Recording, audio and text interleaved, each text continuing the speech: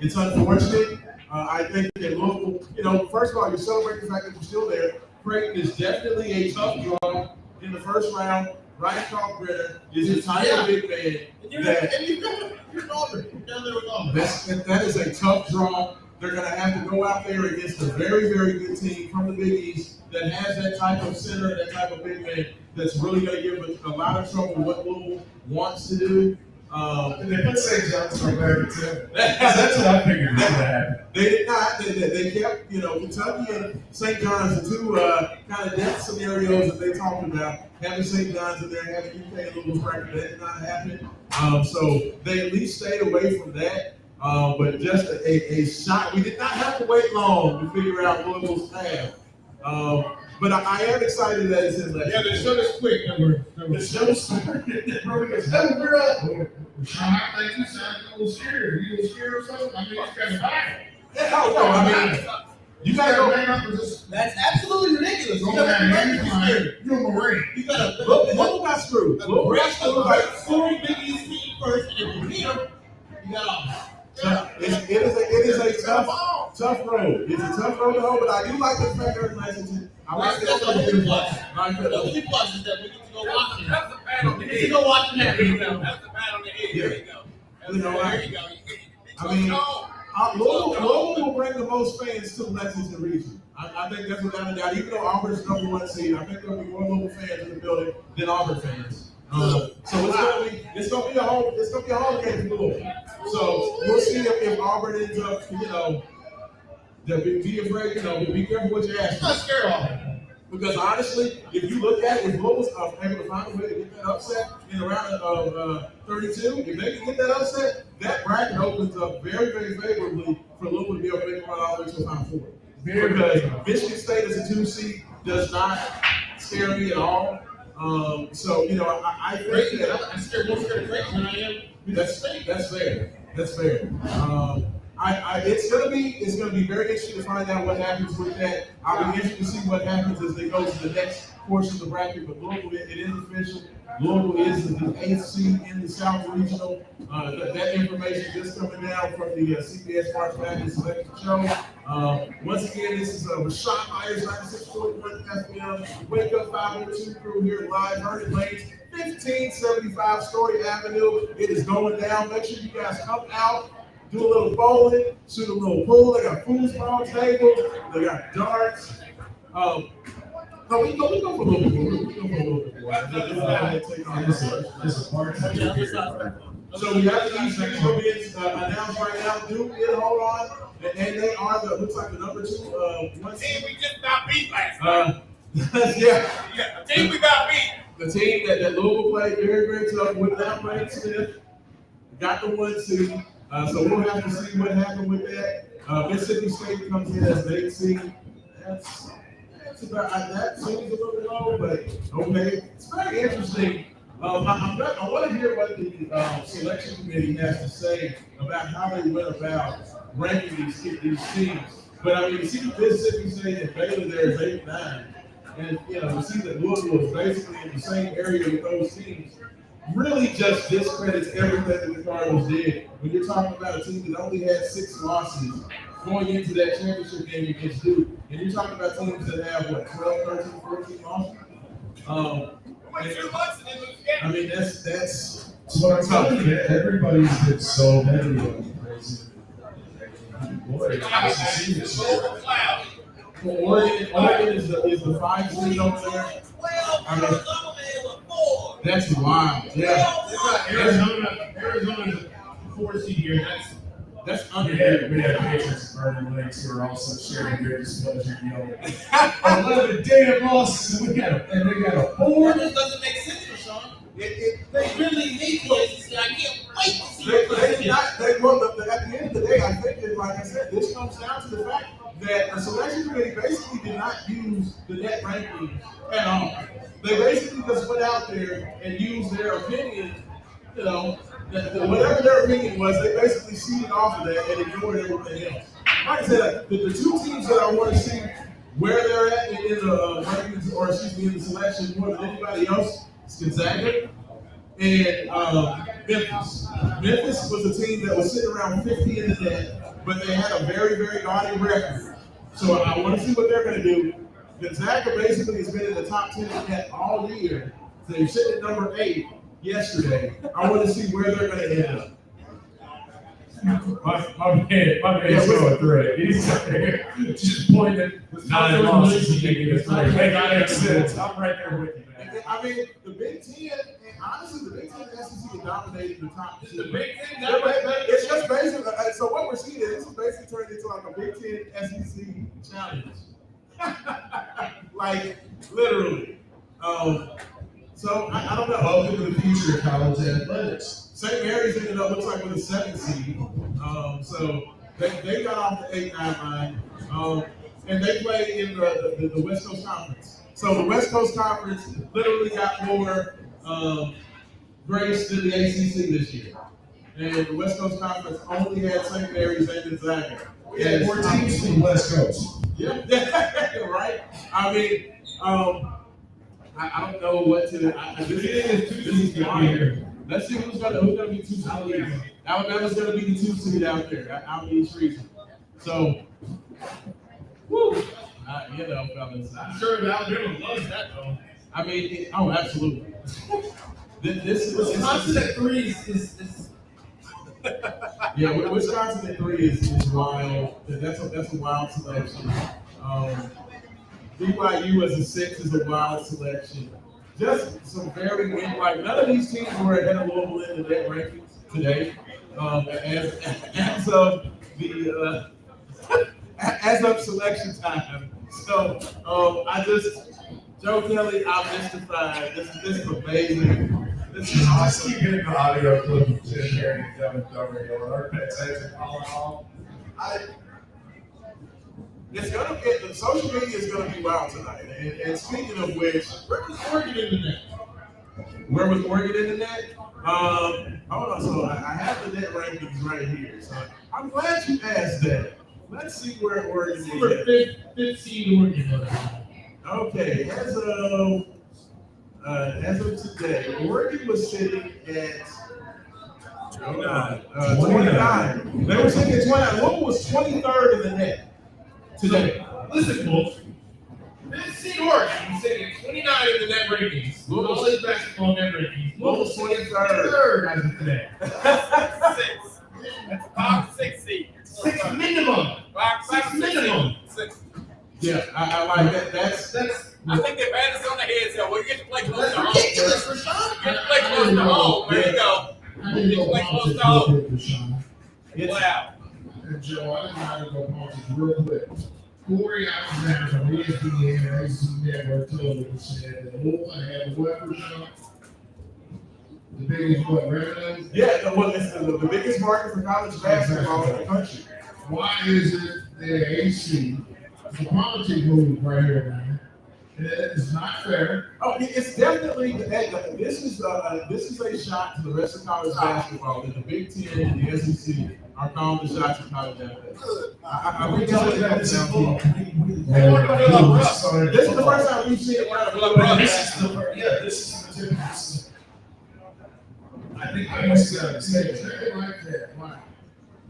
Because when you're going to 2 mega conferences, it's going to happen sooner than later. Sooner than I think this place is going to happen even sooner. Well, I mean, seeing Marquette as a 7 seed, which they were a 7 seed earlier, makes me wonder what they're going to do with St. John's. You I mean, have to- St. you have to John's watch was a 4 seed. You have to watch the seating here and see all your back on net versus the seating. You have to do the SEC and actually. What reason do you have to not be seeking out how you get in the Big Ten and SEC?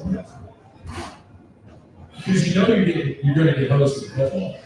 Yeah, You know that's happening. yeah. And now it just shows you that you're going to get hosted basketball because the 11-loss team in the Big Ten can get a higher seed than a 6-loss team from the ACC. I mean, when I look at the rankings, honestly, when I look at these seedings, it really feels like the preseason, like the pre-conference, right? like like pretty much where these teams ended up at the end of their non-conference schedule. Basically, everything else didn't matter once you got to conference play. Like you were pretty much where you were at. So the fact that Louisville was 6-5 after that loss to Kentucky, and from that point on, Louisville was an exit. Like basically, what happened? Everything that happened after the Kentucky game pretty much just did not matter. It didn't matter. Conference play was Meaningless. Conference play was meaningless. Like to me, these seeding shows that pretty much everybody's mind was made up of who was good and who was bad by December 15th. So what's the short-term solution to that? Does the ACC get with the Big 12 and they get with the small majors and the mid-majors and they say, we gotta have our conference the strongest schedules. We can't have the luxury of schedule any cupcakes in November. I think that, what, Jay, you said it best. What you say? Just win, right? Just win. Just win. Yeah. Play. What we do? What we do this year? It's you're gonna have to go out You're there. telling me I know we got Duke or Kentucky in December. We'd be in a We probably in a four range right now. Yeah. Because Because we didn't get good in the first and second week of December, pretty much just set Louisville's ceiling for the rest of the year. Like literally, because they lost the game, they punished the rest of the year. we weren't getting rewarded. Yeah, no, that's pretty much the way that it came across. That makes me think, honestly, had Noah Waterman not saved the season and had that big putback versus Eastern Kentucky, there's a chance Louisville would have almost been on the last four. Yeah. Or last four. They could have been very much on the ball. We're not getting the fourth ACC. Like to me, If Louisville's an ACC, we're not getting the fourth ACC. no, North Carolina can go ahead and hang that up. If North Carolina does get in, then it's really just about, who's polishing who's pancakes. Rashad, I'm not even scared. I'm not even worried right now. I'm not even worried about that. I just know that Louisville's going to hang up, be coachable. Coach Kelly got a game plan already. One game at a time. Take care of business. Rashawn Myers, let's do it. Well, ESPN had the Louisville when they made the announcement of their selection, and nobody cheered. Like literally, everybody just looked like. You can see Casey Byers say like mouths to words. Yeah, I was wondering if they're going to shoot already. And Rashawn goes to Midwest. You got Houston right there. Wichita, Kansas. There we go. The third overall number one seed is the Houston Cougars.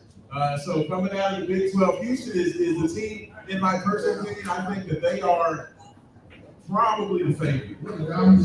Good, man. Florida. So Gonzaga got the 8th seed. So this is once again going back to what we were talking about with the rankings. The fact that Gonzaga ends up there 8th in the net, literal number 8 ranking in the net, and they got an 8th seed. That's how you know they're picking and choosing. That's how you know for sure they're picking and choosing. Yeah, no, that's what I said. At this point, you have to revamp. They don't think that, but they know it. They clearly know it. They clearly know Gonzaga is not as good as where the other teams in there, where the other teams that in the net where they're live. Right. They wouldn't be an AC. Right. First, Wisconsin, Rashawn. Right.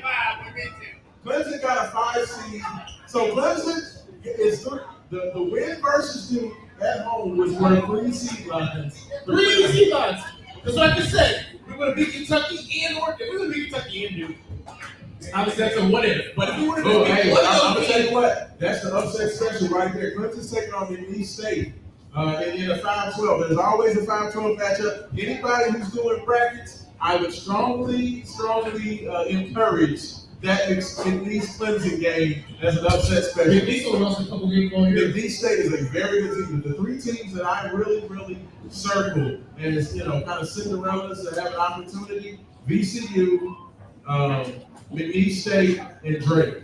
Those are 3 teams that are very good mid-major teams. They have an opportunity to make some noise. Georgia was a 9 seed. So I really like that. Yeah, Georgia. Yeah, I mean Georgia's a 9 seed. So pretty much Louisville was behind. They were out. Louisville being second in the ACC basically meant that they put us behind the top 10 teams in the SEC. Yeah. So we were going to be no better seated than the 11th. Georgia's like the 12th team in those. Yeah. Right? Yeah.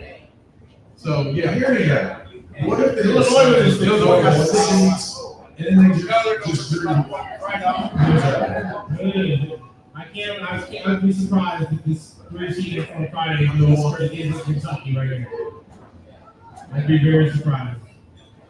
Well, So Texas got in the play-in game there. So we'll have to see where Arkansas is. there it is. So Kentucky on 3 time on Friday in Milwaukee, like I just said. Kentucky's going to Milwaukee. UK gets the 3 seed. So losing early in the SEC tournament did not hurt them. They're facing Troy. I saw a lot of projections with the Cats facing off against Troy. So they get either Texas Xavier winner or Illinois once they knock off Troy.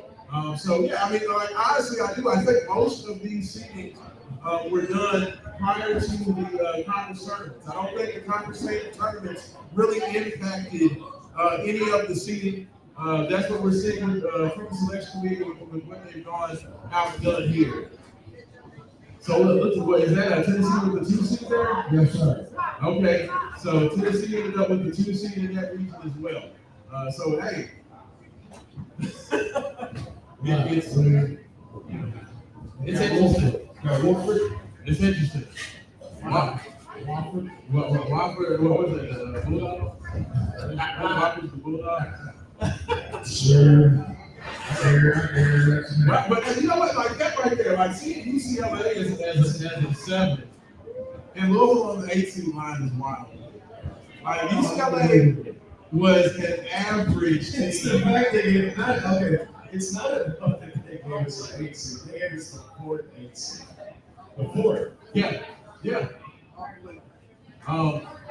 You know, it's One win against Duke gave them 3 seed lines. yeah, I mean, Clemson being a 5 and Louisville being an 8 is how they run. Losing to us only dropped them down 1 seed line. That's really what happened there. Well, I think they were like seeing how much credit has been given to the Big Ten. This is very heavily weighted. Like it seems like they're using the net rankings when it comes to seeding the SEC and the Big Ten teams, but all the other teams from the other conferences, they're just kind of putting them wherever they're. Yeah. It's. I would love to hear what Clark Kellogg is saying about this right now, but you know it's. You got to go out there, Jay Hash. You got to do it. You got to do it. You can't worry about where you're at. This is why March Madness is the greatest time in the world. When you have a 68 team tournament, everybody's playing. Go back out and get to respect. Absolutely, you got to go out there and you have to take it. So now we know where Kentucky is. We're Milwaukee, Wisconsin, UK. We'll be playing Troy with an opportunity to play Illinois or Texas more than likely in the second round. A Texas team that just knocked off UK a couple of weeks ago. So that would be interesting if they were able to get Texas in a rematch there. I actually like Texas in that matchup. I think Texas will get Xavier in that first 4 game. And then I like Texas to knock off Illinois. Illinois has kind of been up and down. They've been inconsistent. I think Texas has the athletes and the size to really be able to put the screws to Illinois in that game. So I do expect that Kentucky and Texas more than likely will be facing off in the SEC showdown in the second round. That's the way I see that probably right now. Yeah, that's how we want it to happen too. Yeah. It's tough. Let's get an SEC Big Ten challenge in the Sweet 16. Joe Kelly, give me your thoughts. I've been reading your body language. I've been reading your facial expressions. I am seem less than pleased with what's been going on here. What are your thoughts so far as we wait for the last region? Awestruck, flabbergasted. I'm with you, Jay. All you do is win and play the game. And I have confidence in this team. They're gonna play good, but you just look at this and say, what's the point in having selection show? Just tell us what show up and play. This is all yes. It's ridiculous. That's absolutely ridiculous. Like, what is the point of the whole season if this is what we're gonna do? What's the point of the conference tournament if exceeding expectations of your conference. Get you nothing. Well, I mean, like I said, it just was a clear statement that it did not matter. Like, because of the reputation, I mean, I honestly think that one of the reasons that the ACC was looked upon so badly, not only was it the fact that, you know, the SEC played so well in the non-conference schedule, but I think because Louisville was good and Louisville was a lot better than expected, I think that lowered the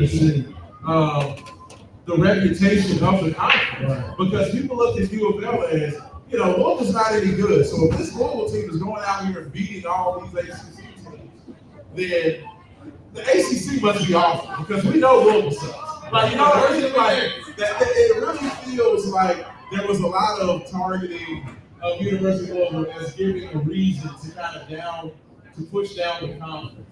I don't think it was celebrated as, wow, Louisville's made this great turnaround. It's really been celebrated as, my goodness, ACC terrible if Louisville did not. Yeah, I don't really understand how you can look at Clemson beating Kentucky, Clemson beating Duke. Yes. Us beating Clemson twice, us being the team in the fourth fifth range with ease, right, all year long, wherever they might get, and then still just shrugging the ACC off. We just shrug it off, and then it's like they're using the net rating, like you just said, for the SEC. I think this clearly puts if you put this at 8, the fourth 8, that means you can listen that 29, 30, 31, 32 range. Yeah. You know? And that just wasn't accurate. That's just as it did in the season, it's not accurate. Yeah. And by the way, Florida just got announced as the last 1 seed. So they're running the SEC tournament. Apparently, they Florida a lot. So the SEC tournament, man, Oklahoma State might beat them. just none of the other. I get that. The SEC was a good conference this year. Great conference. Impressive. They had a great year. But I just I don't know that. I mean, Oklahoma was the 32nd team going into the start of the year. Send Rick way out west. That's not right. The math is not that. Yeah, I mean, UConn is an 8 seed. We're going to give. I mean, I don't understand how UConn is an 8 seed. We're going to give St. John's going to get 4 seed. Memphis was the 5 seed. We St. John's going to get 4 seed. So there you go. So Memphis, who was ranked, hold on, Memphis is a 5 seed. Memphis the 5th seed ranked. What, Rashawn? Let me know. Memphis is a 5 seed, and coming into today in the net rankings, they were 50. 50th A in the team net that was rankings. ranked 50th in the net is a 5 seed. More than double. Louisville was 23rd. Louisville was 23rd. They're 50th. The net rankings suggests they were the 50th best team in college basketball when they were 50th. Apparently, St. John's going to get.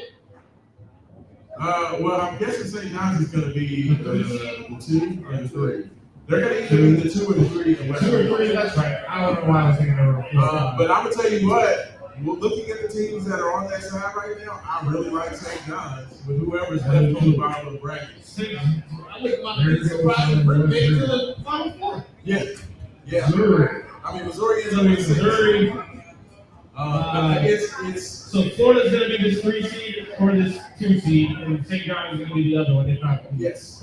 Yeah. it's going to be Florida at the 3, I bet. No, Florida's the 1. Florida's the 1. Oh, they're going to get Florida 1. That's right. Yeah, Florida's the 1.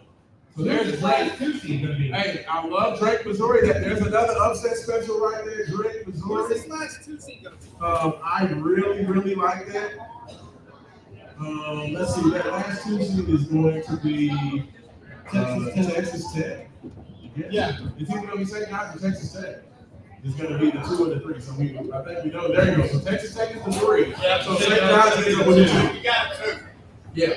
So St. John's is going to be the 2 with them. And I'm going to tell you what, I love the drum. Like, Rick Pitino has to be limiting his shots. Oh, Yeah, that is a cakewalk. Oh, yeah. To the Elite Eight.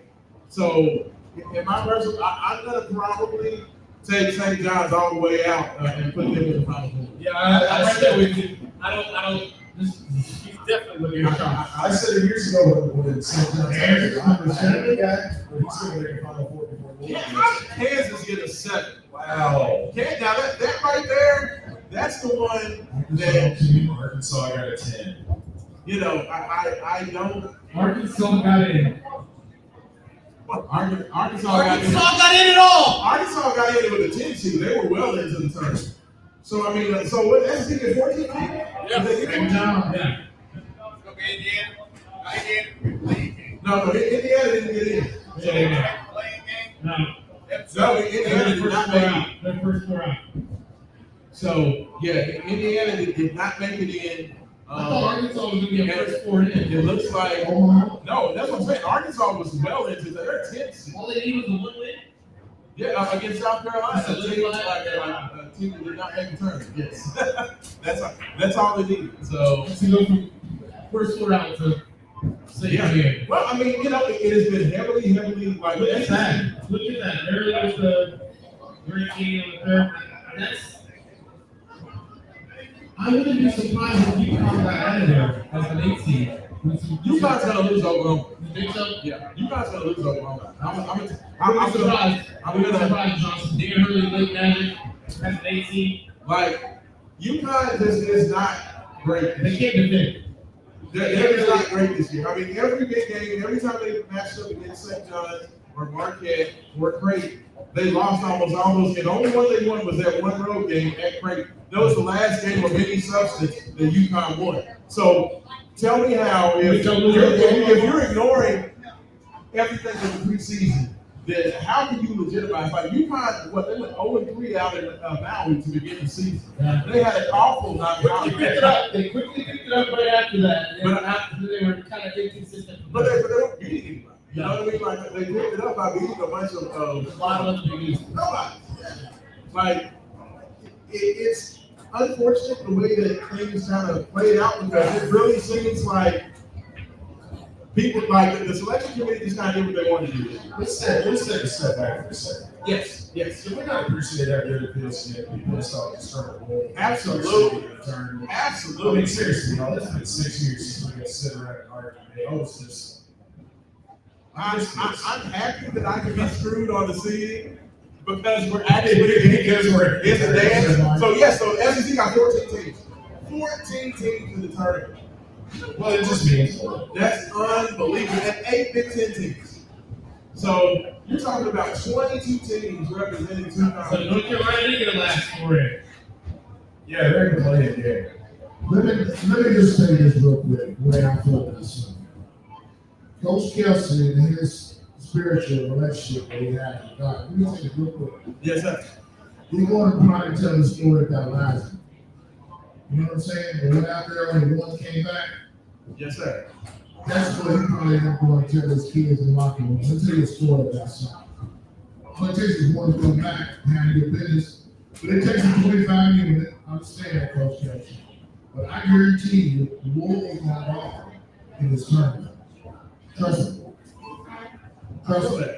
Absolutely. No, I think that there's going to be opportunity there. The best gift that the tournament selection committee gave the Louisville fans, at least they don't have to try. Everybody, it's going to be sold out in Lexington. Yes, sir. And that's awesome. The fact that Louisville's back in the tournament, and they're going to be somewhere where they're going to be surrounded by, It's very easy for a fan base that's been listening to this for 6 years to take a day off. Play the red and go sleep. yeah. Go watch the Cards play the tournament.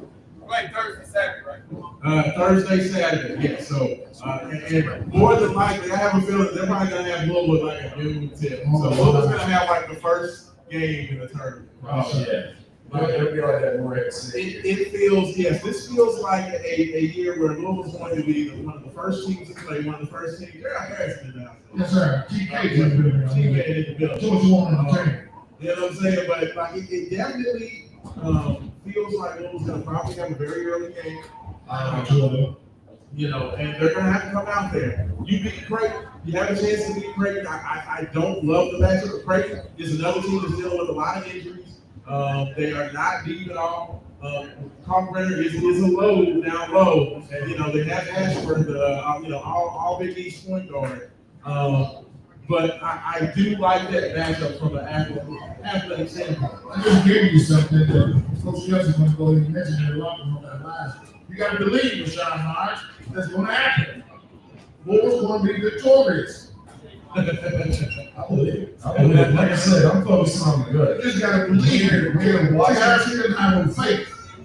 We're Coach Kelsey has a relationship. Preach. I'm I'm just telling the truth. I know you're a freak. He's gonna tell them about David and how David took the rock and slayed Goliath. All it took was one little pebble in a slingshot, and he was able to knock off Aubrey in the second round. NCAA tournament. Hey, look, I'm excited. Like you said, it's fun to be back. It's fun to get screwed. It's fun to be arguing about our seating with U of L fans. Nothing says like it's March school like seeing old man with the old school leather U of L jacket. This is March in the Ville. That's right, we're back. We're back. That's why we're not. We're back. You know what's so good? Yes, I call them at Vernon's Bowling Alley. They got great drink specials, great food, great atmosphere. Yes. Bowling alley, food table. What more do you want? I'll be out here working all during March Madness. Come out and see me. We got drinks. Matter of fact, we got the crowd out there. Travis is back there working hard. Make If sure you y'all love listen to Vernon's Travis. Bowling Alley, give me a hell yeah!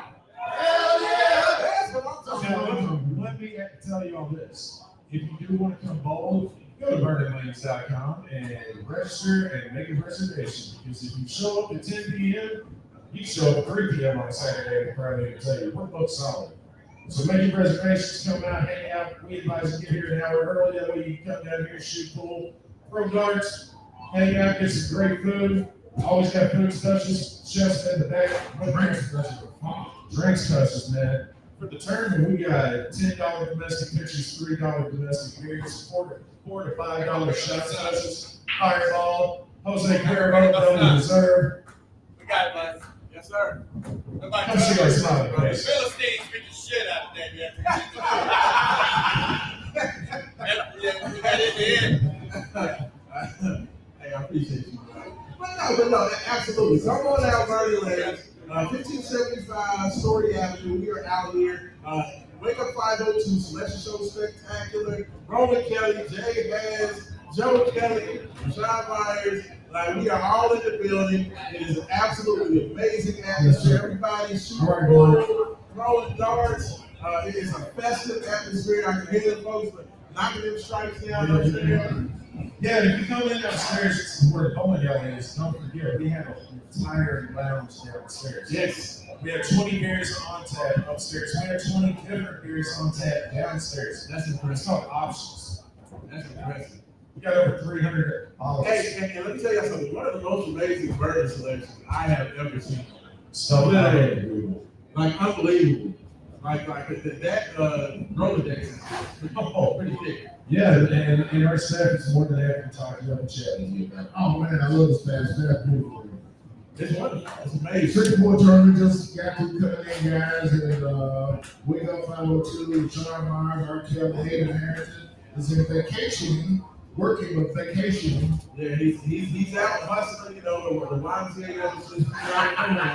So, Damn, Sean. Hey, Harrison's always, hey, Marky's up there. He's like Marky in San Diego, bro. In and out, he's all around the world. So shout out to Hayden Harrison.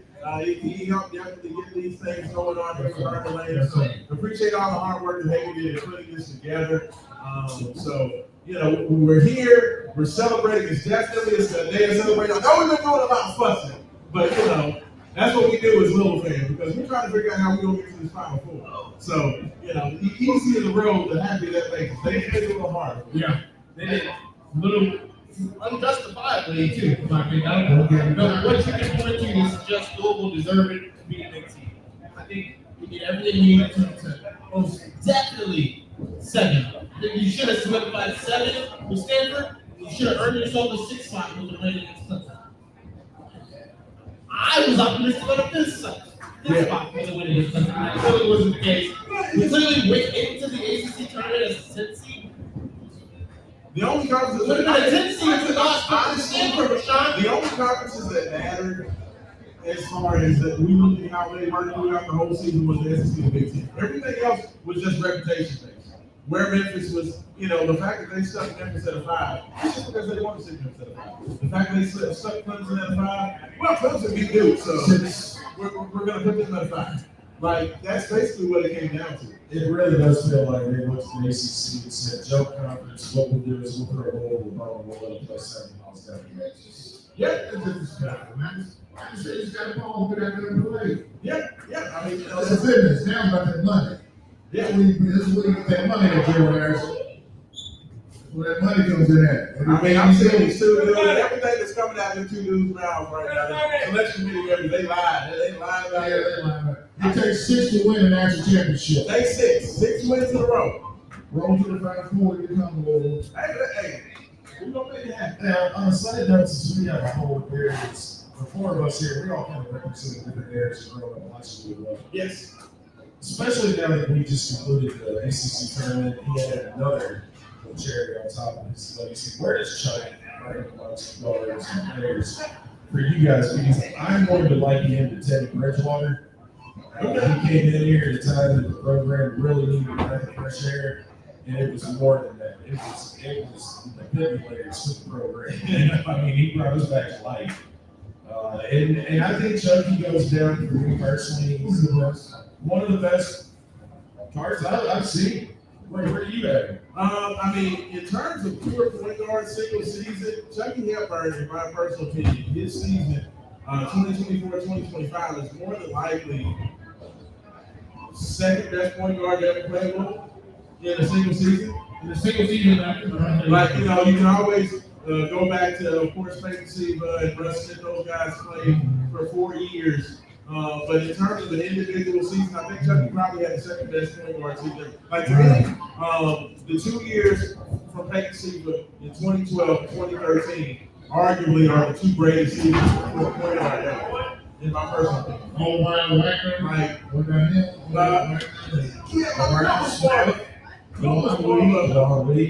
I mean, Lee was awesome. You know, Nebraska was awesome. Chucky Hepburn is the best two-way guard that Louisville has ever had. Two-way point guard. best two-way point guard you'll ever have. And I think that he's a little bit better because I think he and Taylor are similar defensively. I think that Chucky's a little bit better offensively than Peyton was. Here's something that you can say about But Chucky. Peyton's the greatest point guard ever, and I think Chucky's probably number 2. Here's something though that we can add into there. Yeah. Peyton and Russ were so aggressive that they changed the rules after their junior seasons. Yeah. They didn't allow guards to do certain things anymore. Chucky's playing in that era now where he can't do those little tricky things, those sneaky veteran moves. Yeah. Attack. So He's wild in North Carolina. North Carolina did not beat anybody. North Carolina beat anybody. No. How did you get into the tournament? How you go first for him, Mermaids?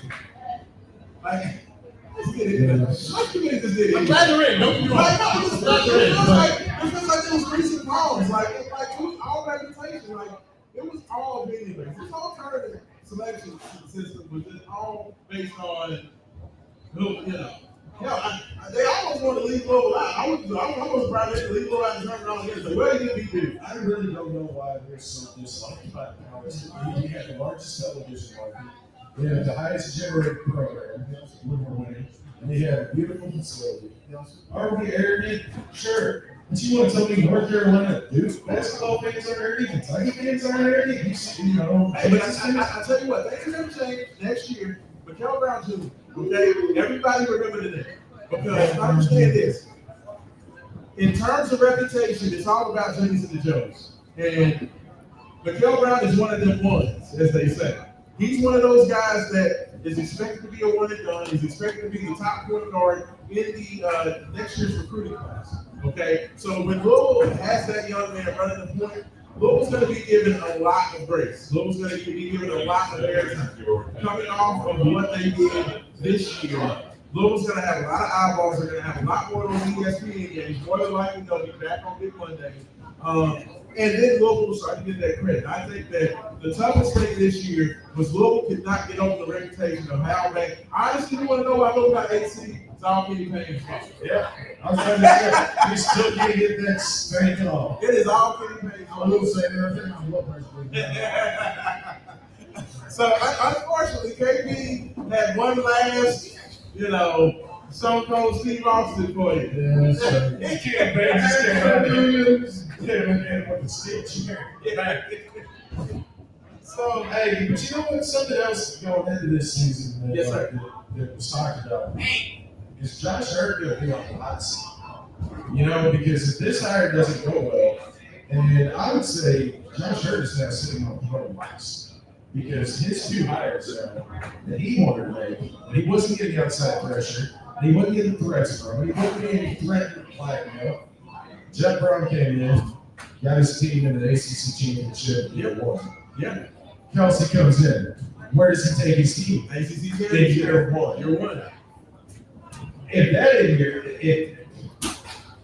Jay, is that crazy he knows how to do the job? Oh, hey, Josh Hurt is a made man now. Like, everybody's I like, said that dude's gonna be wrong. you know, he's a made man. And then, like, you got football, basketball together, especially basketball. You know, everybody's happy. Thank God he didn't get run out of King. Yeah. Yeah, that, you Because know, Kelsey was a slam dunk hire. it was a terrible contract that he gave me. It's unfortunate that went down the way it went down.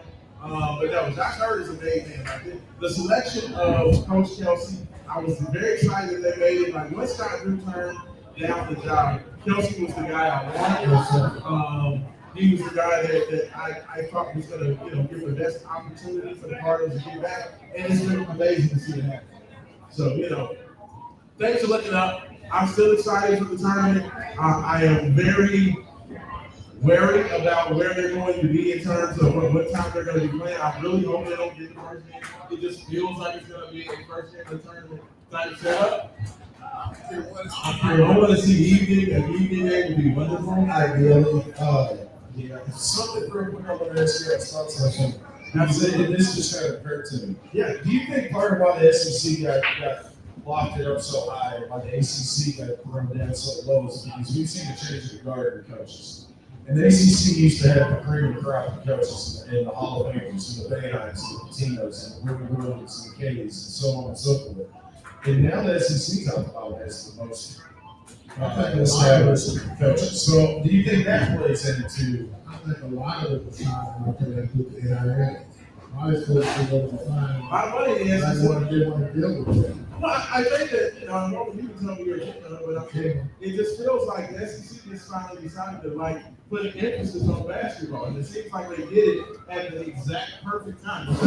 At the same time that the SEC was starting to put emphasis on basketball, the same time all the Hall of Fame coaches were retiring and leaving the ACC. So it just kind of was just tough timing more than anything else. Yeah, I think you're totally right. I think those are the two main reasons for this change of guard. Is the more established coaches being in positions to have their more established rosters because of the money that comes with being in those SEC schools. Now that's not just a lot of every SEC school has money. Not every some of those schools may have one seat. The changes there are the coaches being able to know how to put rosters together. Who knows how to go find the best players in the transfer portal? So you got the best minds of basketball now actually having the tools to go out there and do it.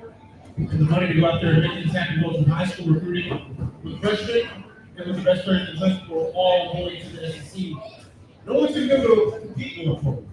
Yeah, I think that basketball is not a sport in which any one conference or any one team is just going to continue to dominate, especially with the way that the transfer portal and kind of this one-time transfer deal works. It's going to be a year in and year out. Because the SEC is dominant this year, almost all those rosters are going to change over next year. So there's necessarily no guarantee that as connected and as talent laden as those teams were this year, there's no guarantee it's going to be that next year. So I think what we're going to start to see is from year to year, the power balance is going to shift. And this year, the SEC has had a huge leg up. And that, to get, I get them all across the world. But I don't think just because the SEC was dominant this year, that's necessarily going to be the case next year. Now, will they have more teams that can play on a year-in-year-out basis than what they have had classic? Because of money. Yes. Yeah. Yes. But I don't think that SEC is going to be this dominant. But that is totally dependent upon do the other conferences get their money up? Yeah. Do the boosters in the ACC say, hold up. We have long come to accept the fact that the SEC is the golden boys of college football. Basketball is our bag. Stay the hell off our block. Get your money up, boys. NC State, Carolina, start spending money. We're not going to have another year where 3 teams make it, and the 4th team being a blue blood college basketball is in the play. Playing, yeah. We're not doing that. That is not ACC. That's not the culture of this conference. Yeah, I think those teams are perfect players, so I thought that he's not a proven high school kid. This was strictly the transfer. Absolutely. And a lot of that takes away from the Dollar Hall American, you know, whatever kid, was trying to get into college. I like it. I feel it's a business, and man, there's a money business, man. Oh, yeah. It's not money now. It's big money. And I feel so shame when the young people work so hard to do this in their high school craft, and they get, you know, go to college, go to school, they want to go to, but I told them, hell, just get a transfer for all everybody else. Yeah. Well, I think it also for a coach that's investing in actually coaching the game. And I'm not taking a shot at Cal. There's some guys who they really do want to help them win that money. I believe that. I understand. Kelly Griffith, you know, we saw it get frustrated for years. You know, with talent like freshman. He didn't have patience for coaching them up on how to be a A coach. lot of it, Oh, and at this stage in his career, why would you want to? You can just go get a 50 transfer. Or you can get a junior. And See, and what knows that right there is where, like I said, it's not going to necessarily just be about money. It's about getting the right guy. Because hey, nobody who will take an Oway is going to be as good as he has been for Kentucky this year. I'm like, Oway was not who he is this year, last year at Oklahoma. You're right. Like, that young man had just absolutely, you know, became a superstar. So while money is going to be a bigger part of it, it's still going to be about identifying talent. It's going to be about identifying who fits in your system and, you know, who's going to make it work the best. And that's why it's not going to be as simple as, yeah, you can go out there and spend a bunch of money on groceries. How much did Arkansas last year spend, Eric Musselman spent a bag on putting the team together? Then he made the NCAA tournament last year. So it's not going to necessarily just be about money. It's still going to be about doing the right things. Hey, thank you all for coming out. Y'all have a good one. I appreciate you coming out and support. Y'all be good. But it's going to also be about still doing your job. Coaching still matters. Finding the right guy still matters. So I don't think that the money is going to be the be all end all, but it is definitely going to help you have an opportunity to make more mistakes. You know, because you just outspend, you know, everybody. I think you're totally right. I think you're totally right. And I think I want to go back to one point before we move on here for a second and address some more things about Vernon Lanes. Yes. The balance of power should be. I didn't know about that, and that's going to be critical going forward because when you utilize the transfer portal in such a heavy degree, it doesn't matter pretty much into the world. You've got one year, not even a year. You've got 6 months to build a roster together, get them ready to play. By if you're in the SEC, December, you know, by the game start, November, at the end of November, you're coming December. And it's gonna be too tough for these teams that have roster, transfer heavy roster to make that carry over year after year and be ready to be in a league so come March. Even with it being 365 and 7 days a week kind of thing now, it doesn't matter. We've only got 3 months to get everybody on the same page. But Rashawn, Yeah, thanks for coming out, y'all. we're going to take a minute, take a break here. We're going to address some things here. We're going to say thank you to the people who have come out and listen to us. We do have some more. We're going to talk about the bracket column. The ESPN Tournament Challenge updates are now available. You're now allowed to put the bracket in on the ESPN app. So we're going to take a break here. Wake up 5:02 and get ready to fill out a bracket on our way back in. We're going to have some guests come up and speak. If some guests are interested in coming up and giving their takes. We're going to do an ESPN bracket. We got the bracket now out on the app. So we're going to fill out our first bracket, kind of discuss each pick. Absolutely. And coming out of the break on that, we're going to get some guest appearances up as well. That's going to wrap up this first great hour here. Absolutely. I think we're going to get out of here. We'll come back with our pick.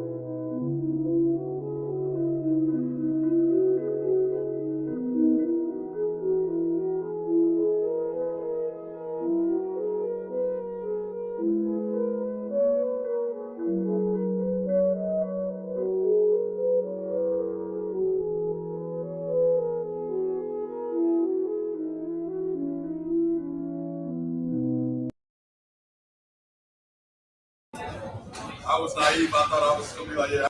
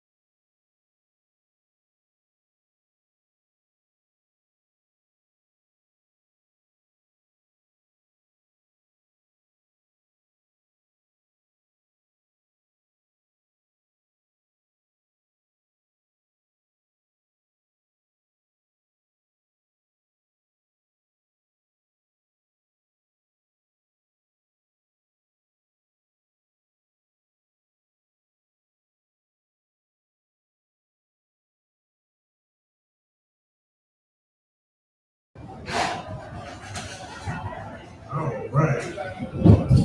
So welcome back to Wake Up 502 Selection Sunday Special. Second segment of the show is going down here live, 96.1 FM, 1450 AM, Big X Sports Radio. Robert Kelly, Jay Has, Rashawn Myers, Joe Kelly is running around. We got some great things happening here. Once again, Vernon Lanes, 1575 Shore Avenue. Just an amazing venue. Thanks so much to Vernon Lanes for allowing us to come out. Please, if you have not made it out yet, you can still head this way. Drink specials, food specials is going down. We got bowling, we got darts, we got food spa, we got pool, we got everything that you want. You can have fun, you know, you get a adult beverage, which ain't a bad thing, you know, so you got a little bit of everything, and we're gonna start to get introduced. Joe Kelly's gonna, I'm gonna make sure that Joe Kelly has this mic so he can tell us what he's putting up here as he's breaking these drinks up. So we're gonna make sure that Joe Kelly is letting us know what's happening. And here he comes over here like a bearded Vanna White giving us these drinks. So here comes Vanna putting those up there. Thank you, sir. I'll be back with more. I'll explain later, but Jay, this is something. Tell me what you think about it. I'll be right back. There we go. So, from what I've been told, that what Jay's got the drink right there. But go ahead and take a sip on that, Jay. So that is an old Vernon. Is what I've been told that is. This is Vernon Lane's take on an old fashioned. So you got to let me know what you think about that. All right, Sean. Got the pink flamingo The here. pink flamingo. Okay. So check that out. Let me know.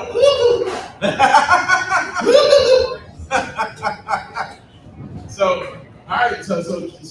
So we got the old Vernon here, and we have the cocktail list here. So I'm gonna let y'all know what's going on with this. So the old Vernon, like I said, it's a classic Jim Beam double oak bourbon, old fashioned with Amarena cherries. Amarena. Oreo cherries. Yeah, they're those fancy ones, man. We got cherry coke from scratch. There we go. I like that. And you said the pink flamingo is what Roman has over there. El Zorro tequila, Acro, ruby red, grapefruit juice, squirt soda, and a pink salt drink. Very fancy. I like that. So Joe, what about refreshing cocktail? And I felt like Roman would appreciate that since the birds are chirping, the sun's shining, birds are back. I like that. It's a Absolutely. springtime drink. All right. So what do I have here? You have what's called the Buddy Show. And for people who are wondering about the names of these drinks, they're all in the Boston King. So if you remember Buddy's Toe being one of the things that Prince had said, Yes. She had the green toenail polish, so that's why we made the cocktail green. Yes. What do you think about it, Sean? I love it. It is really good. Yeah, it's vanilla vodka, coconut rum, blue carousel, some other stuff in there. Travis whipped them up, made them look good. Jay, what do you think about that? What do you think about that? Our take on the old fashioned. What do you think, Jay? What you think? Oh, yeah, it's a 2-2, really good. Okay, there we go. Like There we you go. want to ride a horse. Feels like a cowboy. And that's And what do you have there, Joe? I am drinking a Cardale by Greg to celebrate. Nice. So you can come out to Vernon. These are our special. The other time you're drinking special cocktails. I'm drinking here to remind you all, we're going to have beer specials all week long, all during drinking games. We're going to have shot specials. If you look over there, there's a wheel. I always call wheels at the bar that you can spin. Yes. The wheel of obstinate and misfortune like that. Because you might get a really good deal, and then you might get a shot of tequila out of the cap. Oh, wow. Yeah, you never know what's good. We might bust that out if the cards give us something. It's so great, you know. I like that. It's beer, bowling, and food. I like that. Eat, drink, bowl. Eat, drink, That's our father. Eat, drink, bowl. I like that. And go cards. And go cards. Very nice. So I'm going to take one more sip of my buddy's toe. I got some food coming out of this as well. A buddy's toe. Rashawn, obviously, we're going to get to our ESPN Tournament Challenge bracket picks. We're going to get some fans and guests involved with that as well. Absolutely. Some people sticking around, going to get their opinions on some 8-seed selection, just the blasphemy in the selection committee and their decision making. They need to really have someone like me up there who has an understanding of how college basketball works, who has an understanding of who's good and who's not, and why teams receiving records showcase what they showcase, and actually just break it down game by game and know whose teams got good and when they got good and when they were bad and who had momentum to win. Instead, they've got some kind of hidden agenda, Rashad. There's a hidden agenda I'm not standing for anymore. The selection committee has a hidden agenda. Yes. They're picking teams based on matchups and locations and filling arenas. They're not worried about the net. They're not worried about who's good and who's not. They're worried about what matchups get people to turn the TV on the most. And that's what went into this selection Sunday. Sean, give me a second here. I've got a stat, I've got a statistic I want to pull up. I love it, man. I'm fire right now. I love it. Statistic I want to pull up. He's excited. My man Kelly Dickey. He must work for a radio station. My man Kelly Dickey. Helping me out. NCAA is wrestling. Shout out to Kelly Dickey. Selection committee, I'm on your ass. I'm on your ass, and Get this him. is why. Get him, bro. The seed of the AP number 13 team entering Selection Sunday since 2012. Jay has, Louisville is the number 13 AP poll right now. We're the number 13 team in the nation. Before the ACC tournament, if we play another game, there would have been a 13 next to our name in the nation. Yes. Right? Yes. As of Selection Sunday, in the last 12 years, now 13 years, in 2024, the number 13 team in the country was given a 3 seed. In 2023, the number 13 team in the country was given a 4 seed. In 22, a 4 seed. In 2021, a 3 seed. In 2019, a 3 seed. In 2018, a 3 seed. In 2017, a 4 seed. In 2016, a 5 seed. In 2015, a 3 seed. In 2014, the number 13th ranked Cincinnati, who was in what conference? That is it. Right. 5th seed. Wow. 2013, Florida, number 3 seed. 2012, Georgetown, 3 seed. So I understand. I've looked at it. Where these conferences were ranked at times in which teams were given the cities in the past. Sean, some of the best teams in college basketball. That 38 whatever one team. The SEC is ranked lower than what the ACC is right now. So I just don't understand how they're putting such a bashing on the ACC in one random year. I get the ACC had a down year. The bottom half was probably the worst it's been ever. Yep. In non-conference. I understand that. Yes. Go ahead. We can only beat the teams we have in front of us to play. And we beat The more than selection, 85% of them. well, the unfortunate thing is the selection committee just did not leave any room for teams to improve. Like they did not give, basically they decided who was good and who was bad and said that we don't care how the season plays out. We don't care how teams grow and how they learn and how teams that have injuries. How many games did we lose in 2025? 2. Before, Two. as of 48 Yesterday, hours ago. yeah. As of 48 hours ago, One. Yeah. So I mean, I just don't get it. like I said, I mean, it really feels like everywhere everything that Louisville had and everything that the die was cast a long time ago, and that's the only thing that is tough for me is that I don't know how you can make a decision on who's good and who's bad and really not give any credence to how a season develops. That's never been the way that it's been done. And like you said, Jay, it's about money. I mean, we see 14 SEC teams. Every SEC bubble team got into the tournament. Every SEC bubble. Every SEC bubble team got into the I'm tournament. glad it's starting to segue into that conversation that you saying that Louisville is up on their own conference. What are you getting talk about? Like, this nigga just turned to Joe Cool, like, real quick. Like, he comes out trying to give a serious point, and this man got his sunglasses. Like, I'm trying to look at him sunglasses. One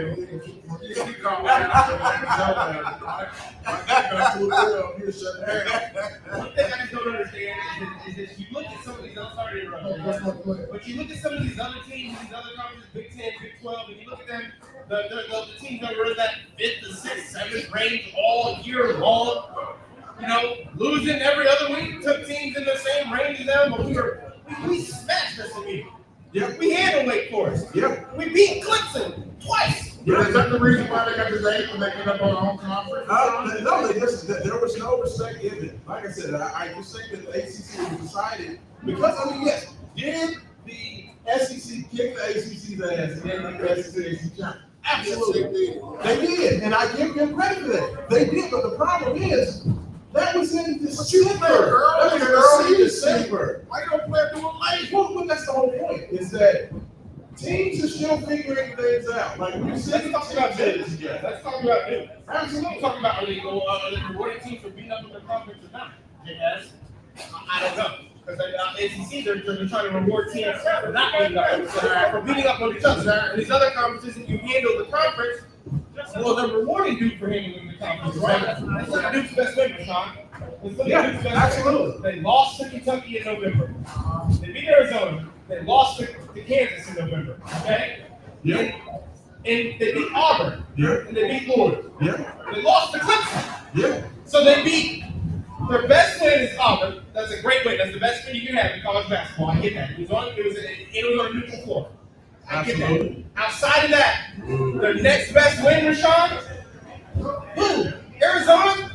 Louisville? Yeah. It's Louisville. Yeah. Like, they were a solidified one seed from the start, but their schedule wasn't even that different. So R. Kelly, you telling me that when we went down to the Bahamas, they didn't do nothing. Not really not. Well, it just Louisville had to win. I mean, the unfortunate part about it, and you know, selection committee doesn't care if Casey Pryor got hurt. They don't care if Casey Warren Johnson, you know, got hurt. They don't. They don't really care about any of these things that happen. It is unfortunate. You know, but Louisville needed to beat Ole Miss, so they needed to beat Duke, or they needed to beat Tennessee. They needed to win one of those games, and I think if they did, then Louisville would have gotten more credence. But unfortunately, because they did, and Indiana, I mean, they go out Indiana. That was supposed to be a big win for them, but then Indiana falls off the map. They beat West Virginia, then Tucker DeVries gets hurt, and he's out for the season, and now West Virginia falls off. So we have injuries, and that don't count to anything. No, literally. Good. You know. So I mean, it's unfortunate. Kelsey had a half-day business in this tournament. Give her respect, man. But you know, I mean, It's great. yeah. So Joe Kelly, so you're bringing us more goodies over here. So what we got going on here? So we can show off the goodies stuff here. So James is holding up right there. That's the burning schnitzel right there. It's a fried tortilla. Okay. Then we have here, we got what we call our gutter fries. Nice. We put the whole kitchen sink and our whole thing into it. We had cold pork on it though. So it's our chicken wings. Ain't go wrong Very with nice. Always a staple. And then you guys had to know you're a big fan of egg on the burger. Yes, sir. My favorite. We got the beer cheeseburger and an egg and bacon. Decided to throw some potatoes on there, so you don't have to just get fries. You can some besides that. Get chips, mac and cheese, Nice. throw some sprouts in the bowl. Hey. And he said he does pulled. He said pulled pork on those gutter fries. Yeah, you get pulled pork, you get shrimp, you get grilled chicken. Oh, wow. Grilled chicken, Wow. fried chicken sandwich here. That is a pork tenderloin. Pork Pork tenderloin. tenderloin sandwich. Yes, sir. Pork tenderloin sandwich. Deep fried. You can't deep fried pork tenderloin sandwich. You can't beat that. You can't. You know, that's the gutter fries right there with chili on them. No, that's pulled pork. Pulled pork roll. Yeah, pulled pork. And then we got the traditional classic wings. And then we have, you said this is our beer cheeseburger with beer. I added a hard egg and bacon to it. There we go. So I'm gonna let y'all dig in real quick. Absolutely. Appreciate you so much, Joe. Jay's already working. Yeah. We got forks there, you know. That's It's all good right. fries, man. I'm tell you what, if you got a beard, you don't need to run to the bathroom before you leave. You're gonna be wearing those gutter fries. Hey, I love it. I'm gonna check Here we this go. out. Sean, give us a ready one to gutter fries here. There we go. Hold on. Live ready.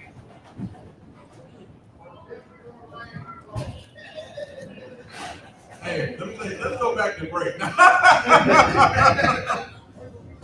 We appreciate you so much, Very nice. Joe. Lots of different things here at Burning Lanes. $10 domestic pictures, $3 domestic beers. $4 to $5 shot specials. Obviously, come down when Louisville's playing in the NCAA tournament, or when Kentucky's playing in the NCAA tournament, whoever you're a fan of, come and get some of these great specials, some of this amazing, glorious food that they got here. It's not traditional bully out food by any means at all. This is restaurant quality food in every sense of the word. I'll be sure to let Chef know. You know, I mean, that's one of the things about. Bring the chef out here. Bring the chef out I'll here. see if I can get him to make a. Let me thank the chef. Let me thank the chef. Hey, Travis. Bring the chef out here. I want to get the chef on the mic. We're gonna personally. We're gonna bring the chef out here. I want to say something to him. I appreciate the kind words to use. We did try to offer bar food, but better than average bar food. It's not just dry. It's still an affordable price. All of this stuff is cheaper than you would expect by a couple bucks. You know what I mean? Like you would think this is $13, $14, it's $12. You know what I'm saying? You would think this is $12, $13, or $9, I think. So all this stuff is very affordable. All this stuff tastes very good. I had the beer cheese and pretzel, salty, hot, warm. Beer cheese is perfect quality. Look to you. Look over to your left. This is our chef now, It's not Ron. that here. This is the chef, Chef Travis right here. We've got Chef in. Give you guys, Chef, thank you so much for this brilliant food. It's amazing. All tastes amazing and all. Obviously, it was made with care, and quality, and warm, which is most important. Anything you want to say? Thank you. Appreciate you so much. I love you, Chef. Chef, I never knew I needed pulled pork and fries until today. So thank you for that.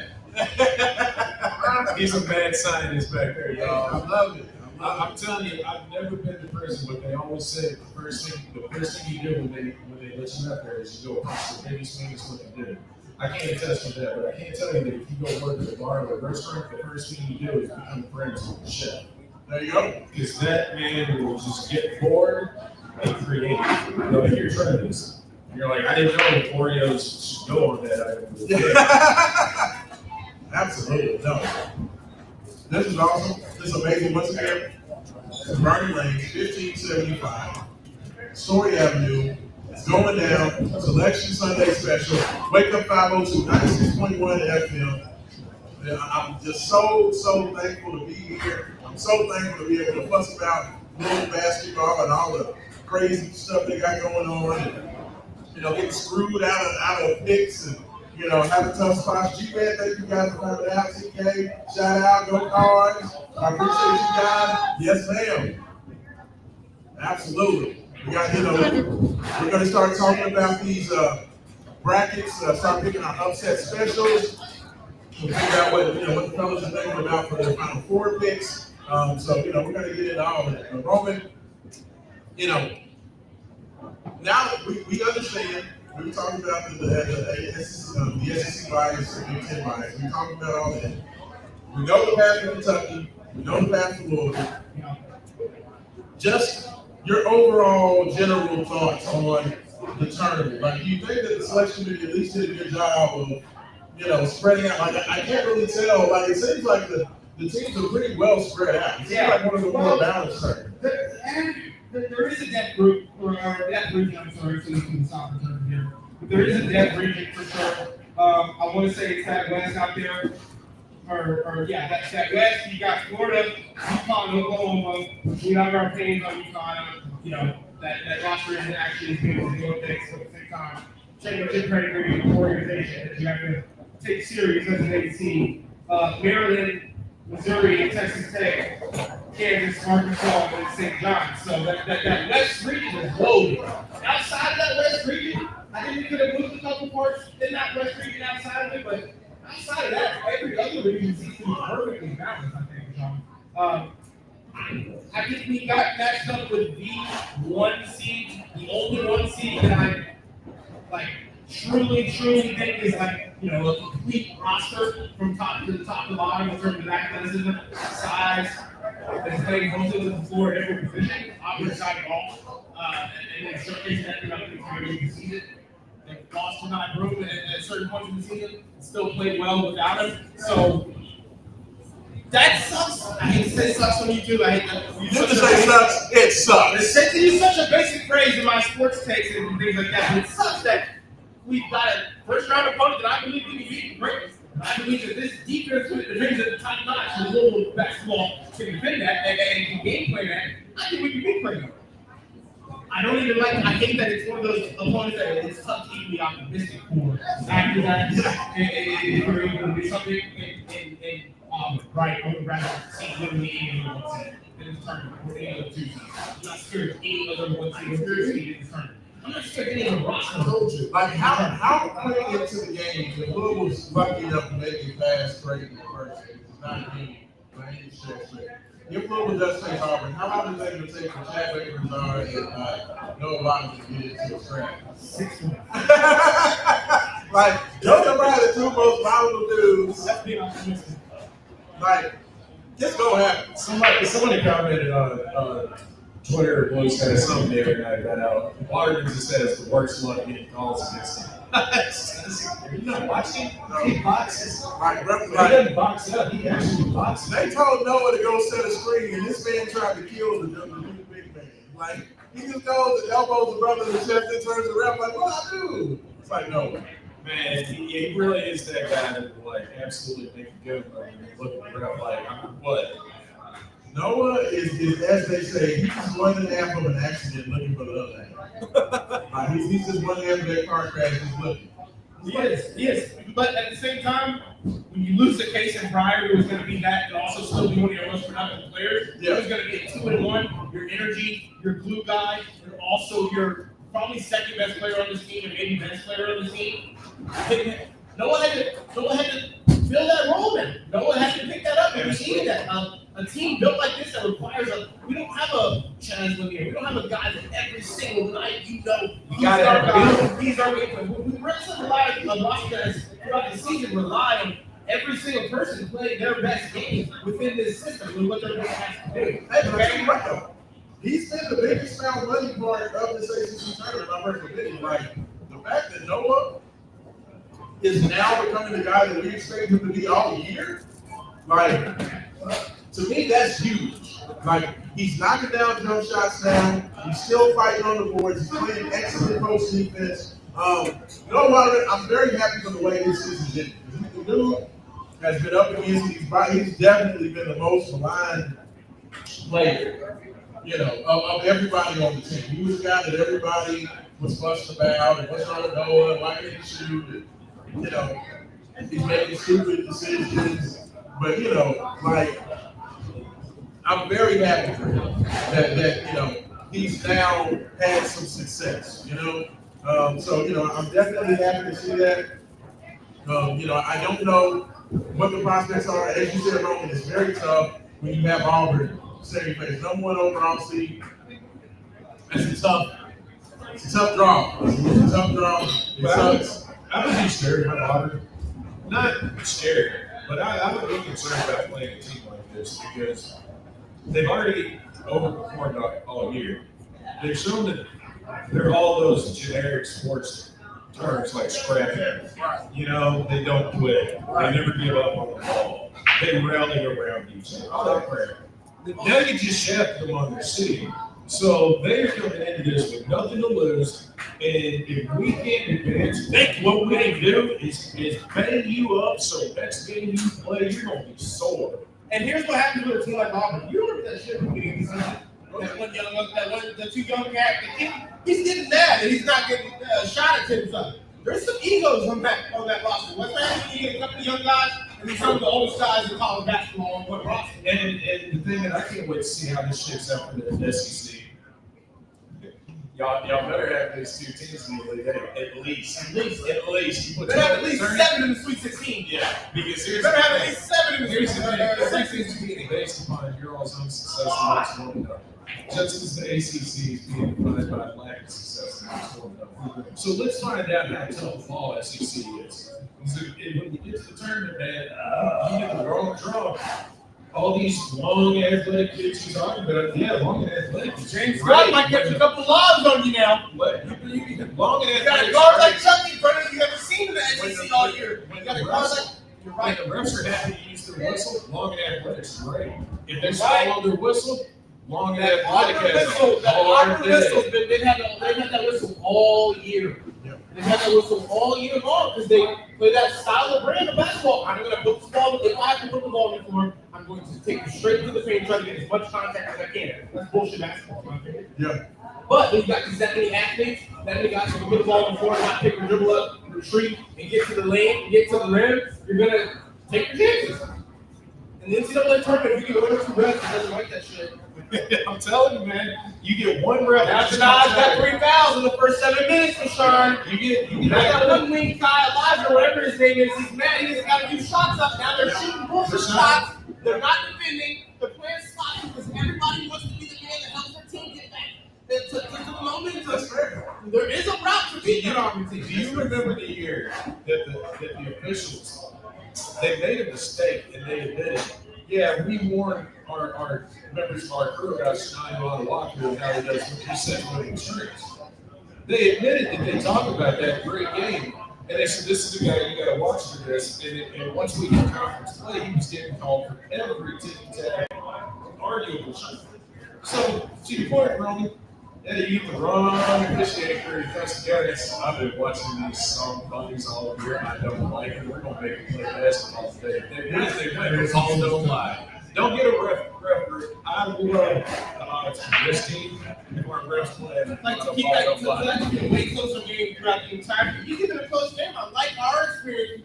I get that team's average age is the starting lineup. I don't know if you know the starting lineup for the Auburn. Yeah. The Tigers is older than the average age for the starting lineup of the local you can see in the NBA. Right. Which is insane. I think that's just 5 guys, but there are 5 guys that are older than Oklahoma City's under 5 guys. That's ridiculous. Yeah. And I get that. That goes back to what you said with the turnover. That's why it seems like that. It's not possible for that roster to be the same. It's not possible for it to be that dominant with transfer portal of the best transfer portal athletes. I mean, obviously, never going to Detroit. But that just takes back to the point. Yes, that team's been playing a brand of basketball all year that half the rest of the NCAA tournament aren't going to allow. Other conferences, Big 10, you can't play like that. Big 12 plays a little different. I'm really interested to see how physical the SEC is. If they come out and they're physically dominant, the NCAA tournament, you got to do it. If you play finesse ball, it catches up to you. You know, it's conference stuff, man. They cheat, they foul, they break, they knock out, they kick their ass and everything. It's Like a no good horse pigs. That's up, man. They go tell us. Everybody, you know, all the money. Rashawn, I want to shift here. It's that time of the show. It's that time of the show. We're reaching the 2-hour mark. We can't put up some 3-hour file, as you guys know. Nobody's going to watch that last 2 hours. Just with the way YouTube thinks that nature work. Obviously, shout out to the 502 crew and anybody who's come and joined and watched and supported us. It's our Selection Sunday show. Shout out to Vernon Lane. Shout out to Travis. Shout out to Joe. Shout out to Steve. Shout out to everyone for do this. We would have been able to do it without you guys. The pretty boy bartender. Pretty boy bartender. Shout out to the chef. Dog. It's been amazing. It's been amazing. Dog But Roadhouse. we've got to reach that time of the show, but everybody's been waiting for. We've got my boy Kendall over here. We're gonna get him into the show as well. Get him to put up a couple of these tanks. It is NCAA ESPN Tournament Challenge. I'm Sean. Okay. Joe, Jay has. And of course, Kendall, we're going to get your tips as well. We're going to start top to bottom. As you guys know, I can't, they group them how they want. It's going to be South, West, East, and then Midwest. Okay. All right, Rashawn? Okay. Go. Jay has and Joe, Kendall. I want to have you take a seat next to Joe there. So you guys can share that mic. We're going to go on the line. I'm going to get everybody's takes. We're going to start. I'll give the game out. Kendall, you're going to give your opinion on who you have winning this game first. Shout out to Kendall. Kendall, if you want to explain it. It's like we coordinated for U of L, big U of L fan. Shout out to Kendall. I've seen him at U of L basketball games, U of L football games. Always trying to support us and listen to us on Saturdays and Mike Redford show as well throughout the week. Kendall, big fan of yours for how much you support local sports radio and the local. Turn that camera that way so they can see his smile. Oh yeah, we've got to get Kendall in this. So turn your laptop. So we've got Kendall there. There we go. Kendall right there.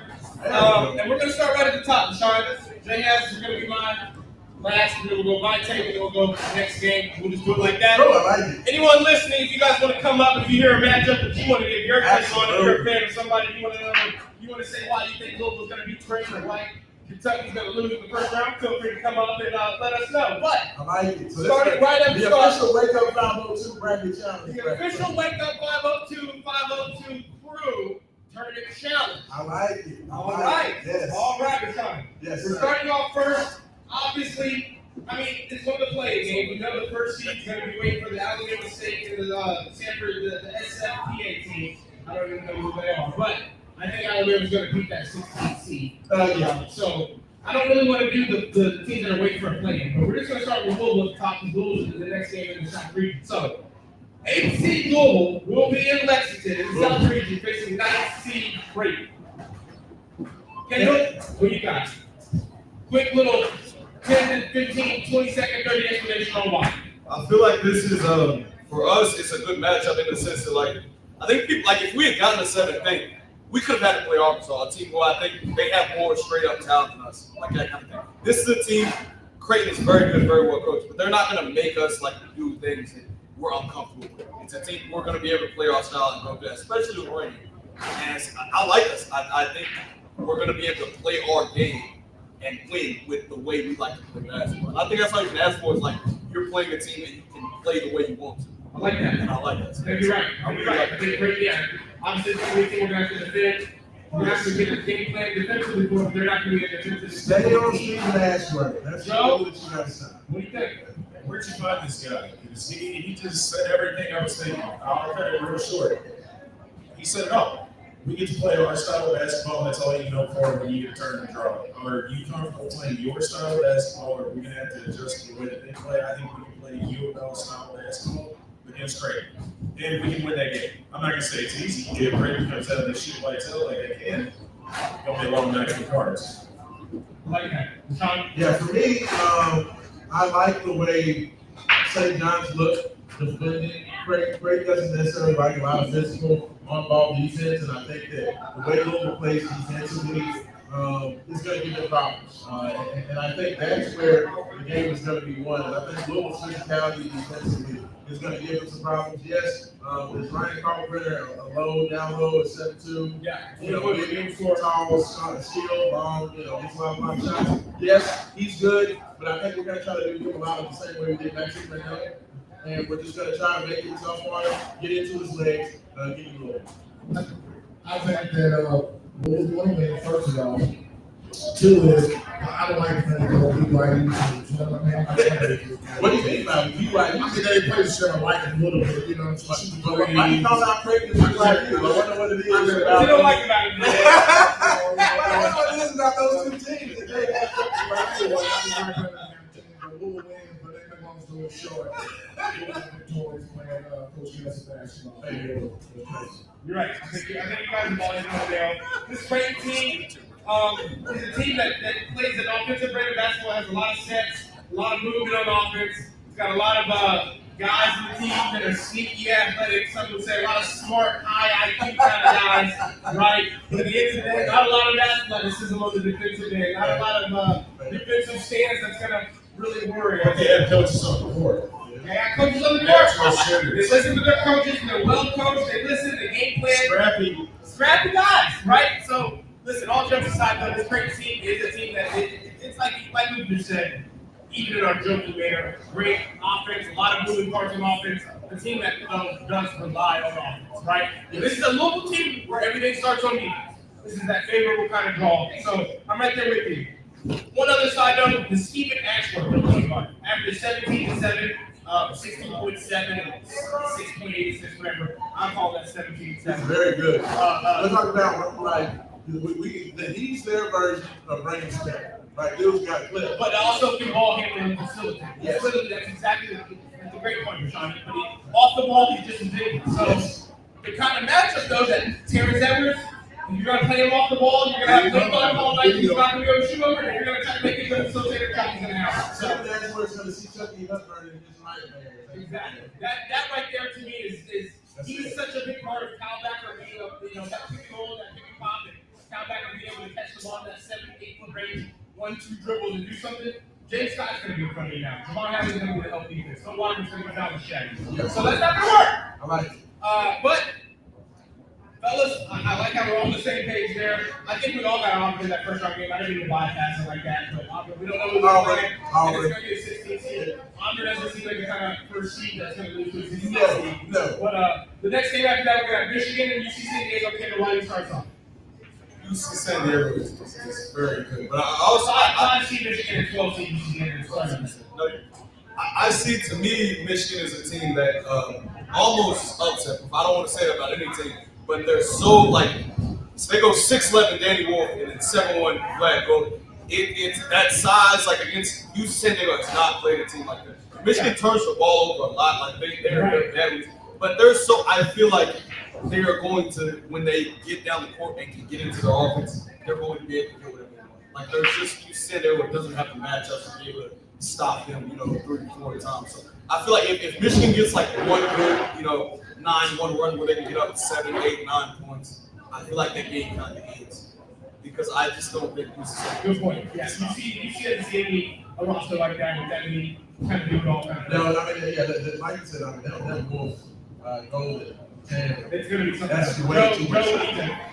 Yeah, I mean, if UC San Diego can make it a fast-paced game, I think they can say, the minute it turns into an effort, actual possession basketball on 9-10 minutes open and wide, it turns for him. When he's just big boys go big boys. Yeah, UC San Diego doesn't have some scorers, but They got they're back to be able to pace and shoot. That's what I'm saying. If they can move the ball, they can, they can get some turnovers. I think they've got more to shoot. This shit happens. Yeah, absolutely. Yeah, give me Michigan for all those main reasons. Plus, I love Trey Donaldson, the point guard from Michigan. I think that kid, he's a young star making. I really like him. He's clutch. He makes big shots. I mean, he hit multiple big shots for Michigan during the Big Ten tournament.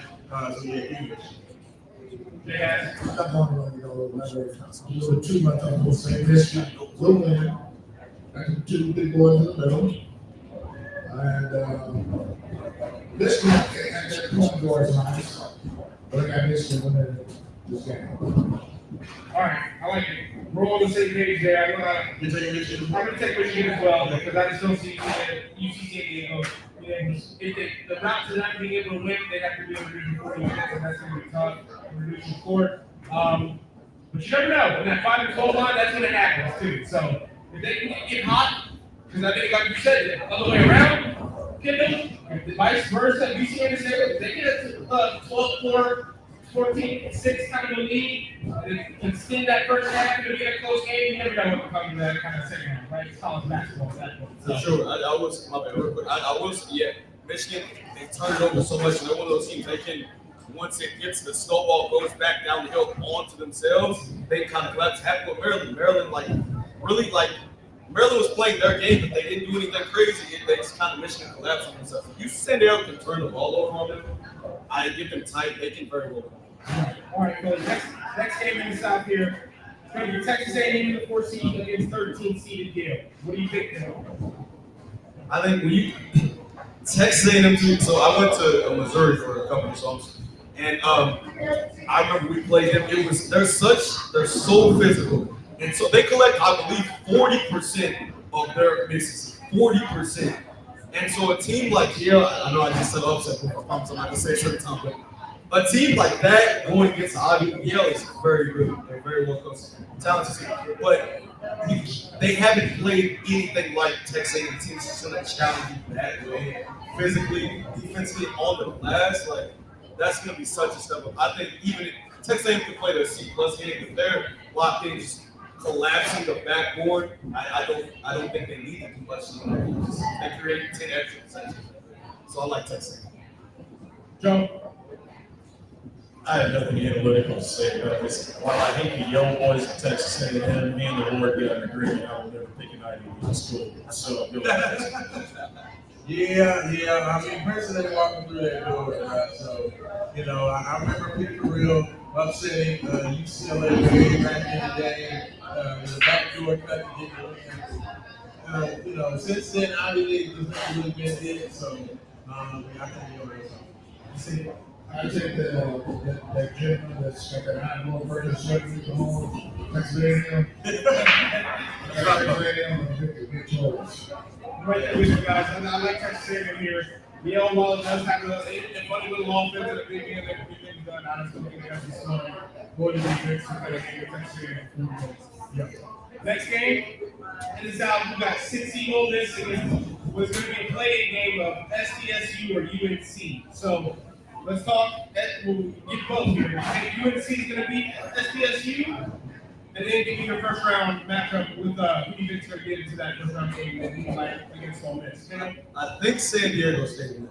That's going to be a very good game. But San Diego State they're so sound defensively. They're so well coached defensively. I think they can disrupt UNC to a point where it's because UNC you have to have a lot of counters for a defensive team like San Diego State. I don't think UNC has a front court option where like I love Jalen, but they don't have that front court option. I think they're still collapsing on guard Davis and Jackson Smith and take some really bad shots.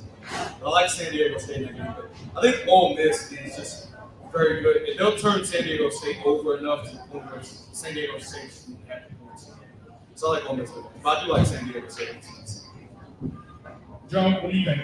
I think the question for UNC is, do you look around at the teammates and say, talent-wise, we're better than these teams. We're better than our record is. Yeah. This is our last time we get together. A lot, as we talked about on show, transfer portal. Yeah. If things don't go right in the year, it's real easy to ship off and find a new home. So I'll be interested to see if North Carolina just comes out absolutely flat. And I think they'll say everything you need to know about their collection of talent that they had this year and why they were so underwhelming. If they come out flat and embarrassed that they have to play the playing game, I think they'll get run out of the arena. I think it'll be ugly. Either way, whoever comes out of it's going to be tough problem. That's all. You're right. So, You're right. Yeah, I think your team has the rest of the I think the only thing that comes out of the playing game is if you're a UNC fan, you can either determine, yeah, let's flip this roster, or okay, there are parts we can work with moving forward. Things just didn't align for us, right? Yeah. Yeah, I mean, North Carolina should be in the tournament. There's a reason why they should have been in the tournament. I think San Diego State will get it done. North Carolina just does nothing to impress me. I mean, they have some players, they have some talent, and Ruben and Withers and the rest of those great guys. They just make a lot of silly mistakes and make a lot of silly turnovers. So I do think San Diego State gets that win there. But either way, Ole Miss, I love Ole Miss tenacity and the way they play defense. So I think that Chris Beard and company, they're going to get that win regardless. I get back to the show. I had San Diego, and I got actually Ole Miss. Coach Beard, the coach, next Indiana, maybe that's the Indiana coach. So that's the full round. Indiana fans, please, definitely. But I got over this school right Okay. Very good. And Roman Kelly, what do you think? I think you can see my name. I think I'm with Joe in his first point here. You've got the talent. You've got nothing to lose. You've got the roster. You've got the size. I'm not going to say the skill. You've got the athleticism and the size to compete with any other roster you see. Now, the IQ, the coaching, I don't know what Hubert is really over. Hubert, you would think he's able to get these kind of players in. He's able to get these kind of recruits in. You would think things would be better, but they haven't been. So I think though, when you've got a zombie team like that that's literally playing on Tuesday, we don't want to be playing, but you've also got the athleticism, you've got the guard play advantage, right? And Cadeau and RJ Davis, go beat them. Go beat them from the 3-point line. Go play disciplined defense. And go get to the free throw line and force the rest of the cold miss because you've got the athleticism to get to the free throw line against a team like this team. Now, all that being said, I'm also going to be there to go. We're going to lose Ole Miss. Ole Miss is tough. Too big, too aggressive, Yes. too much defense. Now, that goes back to what we were saying at the start of this all. Those SEC teams, those specific ones like Ole Miss, Tennessee, and Auburn who play that super aggressive defense. Ole Miss Their hand turns you over and they don't turn it over. That is the toughest combo. Is when you have a team that turns you over and they never turn the ball over themselves. That is a tough. They also can sometimes be prone to fouling. Yes. So Yeah. you go out there, Ole Miss team that's fouling too much. Yeah. Again, that goes back to my point for the SEC is what officiating career you're going to get. Because top to bottom, and those 12 teams that made the tournament, they all play basically different styles. Some of them are massive, some of them are real soft. And they had trouble. It's teams like Ole Miss. You're right.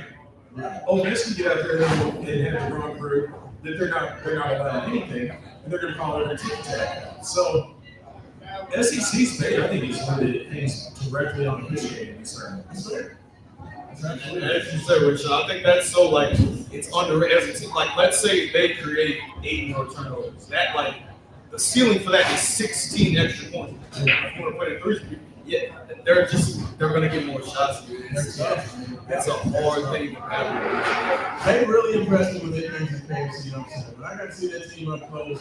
I mean, I know they were really coming out the Tyson Pryor, all that stuff, and that they were kind of off kilter because they just found out they lost him. But that team, they just don't turn it over. Like Chucky Hepburn was trying to do his best to try to, get in the car and get in the field, and it didn't matter. Like they're a good team. We're a different team, though. We were a good And Drake Davis was whooping our ass. Man, shout out Drake Davis, man. Drake Davis. Drake Davis was yelling at us. I don't like Drake Davis. Why you don't like Come on, Drake? man. Why you don't So what like you Drake? think? I don't like Drake. Hey, Roman, man, he missed that I don't joke. hear no more shout-outs for Drake. No more Drake, no shout out to Drake. We shoot the best. No shot. Wow, that's crazy. Well, brother ain't no worse than that. Damn. Roman, Hey. don't love Drake. Your brother though. Hey man, it's a nice city, bro. Oh, I know I was just saying some things about your brother. Listen, I know everybody's different. You got your own path, he's got his own path. Y'all got a slightly different brand of basketball. I'm talking to you, bro. Louisville like you over here in this spread. Say hey. You got room for you over here. So the next game in the South, Iowa State, the 3 seed against 14 seed Lipscomb. I would say it's just they literally the way they can clamp down defensively. I think a team like Lipscomb they're gonna come to that game and just be like, I've never seen it. Yeah, they haven't seen anything like that. It's gonna be rolled. Yeah. I like that. Joe, what do you think? Yeah, it does kind of feel like one of those matchups where when you watch high school teams, they go, oh man, they're bigger, stronger, faster than you. We've never seen. And a couple of them got grown full beards like my uncles. I don't even want to do this no more. Yeah, Iowa State big. That game will be over at that time. Yeah, give me Cyclones. That's Actually, they was here about 6 years ago. Sean here, the final for 8. Iowa State was here. We got to kick it down 4-3 round. Remember that? I think I got to stay. Yeah, I'm with you guys. I think Iowa State here. The Slipsy team is the best shooting team. It's the best team in the ASUN. Definitely the best shooting team in the ASUN. They can use some threes up, but they can't. This roster, they're not ready for what they're about to see against Iowa State defense. So. Yeah. Right there, you guys. Next game, a little bit better matchup here. 7 seed Marquette against 10 seed New Mexico. What do you think? Marquette, just like Ole Miss, is a chance team. They can turn you over and they take care of the ball themselves. And it's New Usually Mexico. take care of the ball. Usually do. New Mexico, they want to win with defense. Like that's how they prefer the game to go. And I feel like Marquette they're so sound with the ball and shots. They have so many sets. I feel like they're going to get the looks they want. It's just going to be looks. They're going to be able to get their looks. Like that. Joe, what do you think? I think it'll be a low scoring, very boring matchup because to that point that they're not defensive. I just think Marquette's going to outscore them. I don't think it's going to be like a huge ass whooping, but I think they're just going to outlast them, so to speak. New Mexico kind of reminds me of that 2012 Louisville team that first 53 is going to win. Yeah. But they're going to struggle to get 54. Yeah, I mean, Richard Pitino's done a good job out there in New Mexico. They're a solid team, but I But Marquette is a team that they've not been playing well lately. They've been on a bit of a slide. I know that a lot of that has to do with playing St. John's a couple times, so that'll help me slide. But I do think that they'll get it done. I mean, Richard and those guys like this has a chance to be one of the better games in the first round of the NCAA tournament. Yeah, I think so too. So it could go either way. But I think Marquette will get by, but it's going to be a fight. It's going to be a street fight. Hey guys. Got Richard Jr. Wow. Okay. Upset. Yes, sir. Okay. There's the 10th seed upset. Yes, sir. First upset we've got. I like it. I think Richard Pitino will have the coaching advantage here. I just think I like his play a little bit more. And it starts with defense. Granted, Marquette is more of a regular defense kind of thing. They try to turn it over out, they try to get some guard play and get sloppy and try to turn defense into offense from there. But Marquette's interior defense is anything crazy. So I think this will be a very, very unique game, but I do think that the guard play from Marquette, what's his name, Cam Jones, he'll best prevail here. The best player, of course, is going to win this game. Yeah. That's my pick there. Last game in the South, fellas. Two seed, Michigan State. That is, a month ago they were the 2 seed. This is what's insane to me. But 2 seed Michigan State against 15 seed Bryant. What do you guys think? Kevin, starts off. Michigan State is one of, I think, like, they might be the only two. I think they're top 15 on the offensive and defensive class. They just clean the backboard. A team like that, they got too many weapons, and they're fundamentally, they're good and fundamentally sound. Those teams will be upset, Michigan State. Yeah. Exactly. Michigan State. January, February is up. So, Give me the starters. For your shot. That time is up. Right there with you guys. I can't get no player for Bryant. I can't get Bryant's coach. I can't Is there a dude named Brian on the I don't know where Brian Probably is. is somebody named Bryant on the team. I don't know where Bryant is. I can't tell you the conference that's winning him. And I can tell you that Michigan State can defend. So Michigan State is turning into the offense. So they have a bunch of actually, one of those turnovers where Bryant didn't get the ball into the 3-point line. Actually, there's this game is 1.5 right from Michigan State. But this is coming from someone who just said they don't know anything about Bryant. Bryant might have the best 3-point shooter in the country. They might have the Jack Gold. They don't. I wouldn't hurt about them. So Michigan State is Spartans home here. I just want to shout out everybody and just say good job for picking every favorite in the first bracket. Very chalky. Except for Jay, Nick, and Riccatino Jr. Literally, we were chalk all the way. Which is not going to happen. Right, that's wild. It's not going to happen, right? It's not going to happen. It could. I mean, sometimes we see it all. No, yeah, first round regions, some regions go cool. I think I But nobody, everybody in the first round, no favorite goes every single game. I mean, it was pretty chalky last year, honestly, in the first round. But where you start to see more of the upsets and some of the lower seeds kind of win was more in the second round. I think that'll be. I think we'll have some more upsets here in this next region. Yeah. We'll move out to the West. So, Kendall, first matchup in the West, we're looking at first seed Florida, 16 seed Norfolk State. Who do you like? Florida, belt to bleep. I get it. Nothing to ask. We're on YouTube. That's SEC. You can say what you want. They'll ask. They'll call it there. Joe, what do you like? Florida. I mean, they really turned it switch on. They put scared the last 72 hours. Florida is They just went John Wick on the conference.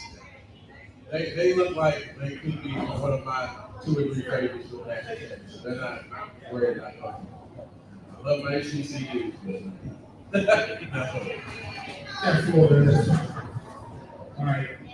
Kate's going against Norfolk State.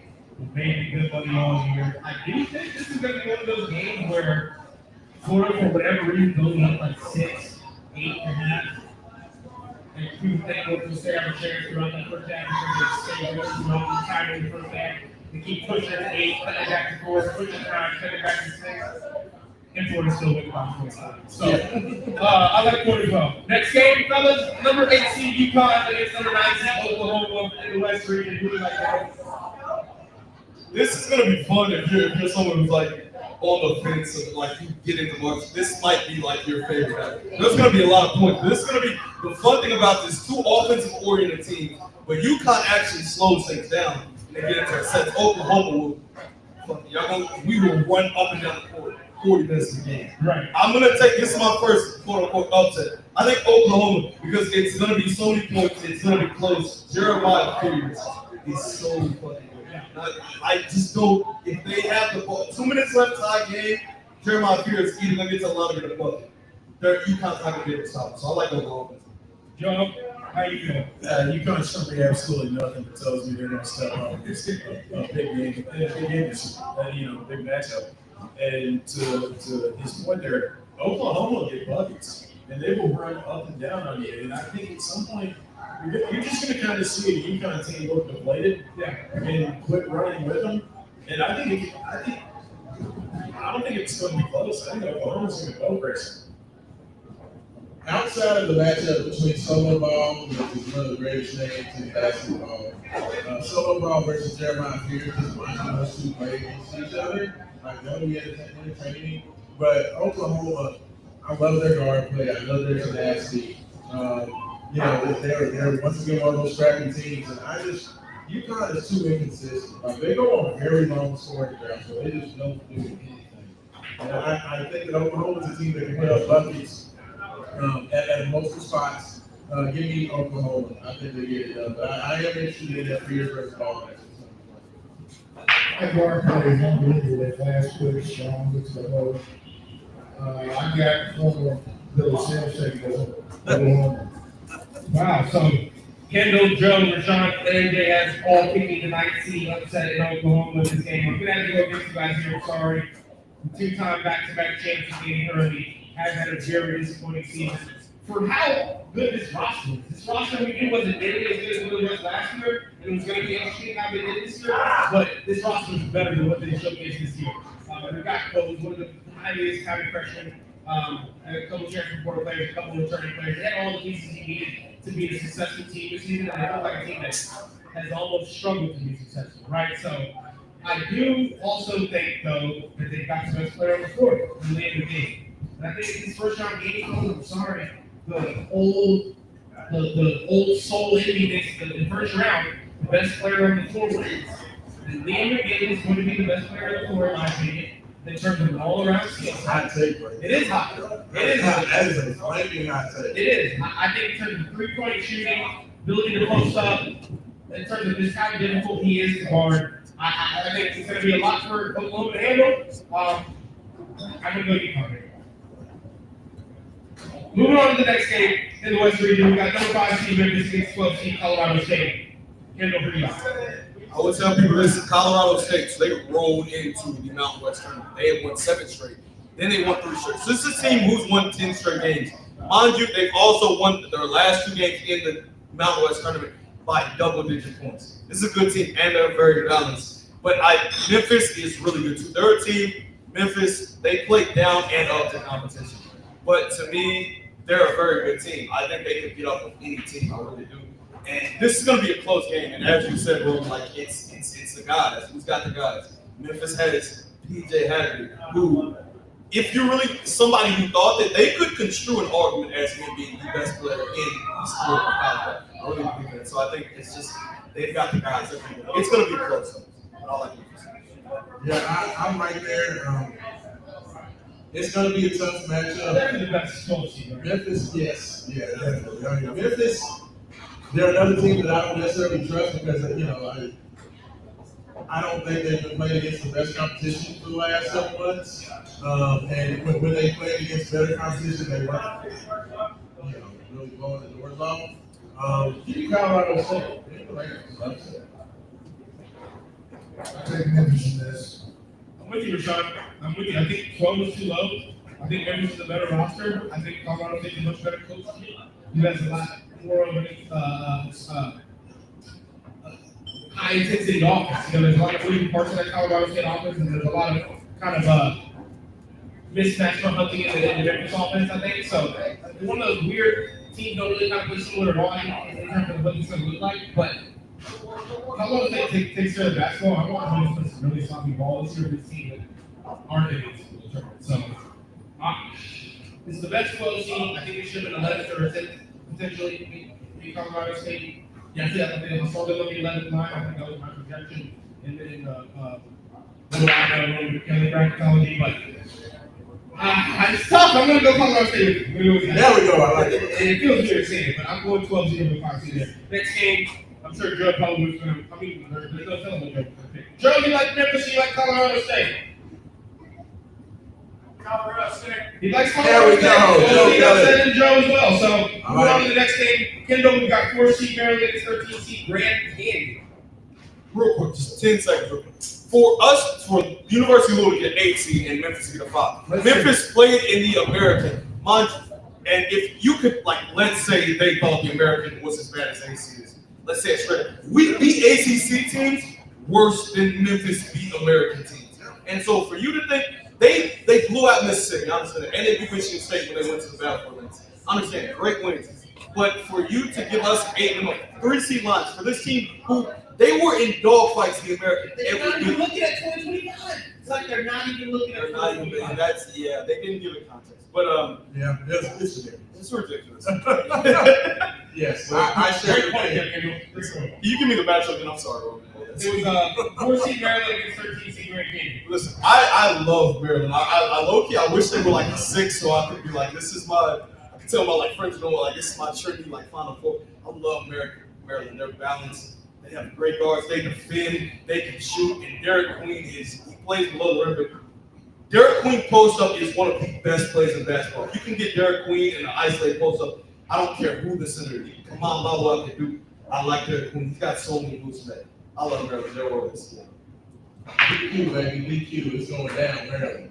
All right. I take third on. Right there with the great game, great coach team, a lot of scrappy guys on that team, Antelopes. but not as good as the Turks. Come on, man. Antelope Nation, shout out. Maryland, one of those teams that how they were playing at a certain point of the year, trended all year, they were not even close. So I'm with you guys. 4 seed Maryland there. Next game, 6 seed Missouri against 11 seed Drake. Who do you like?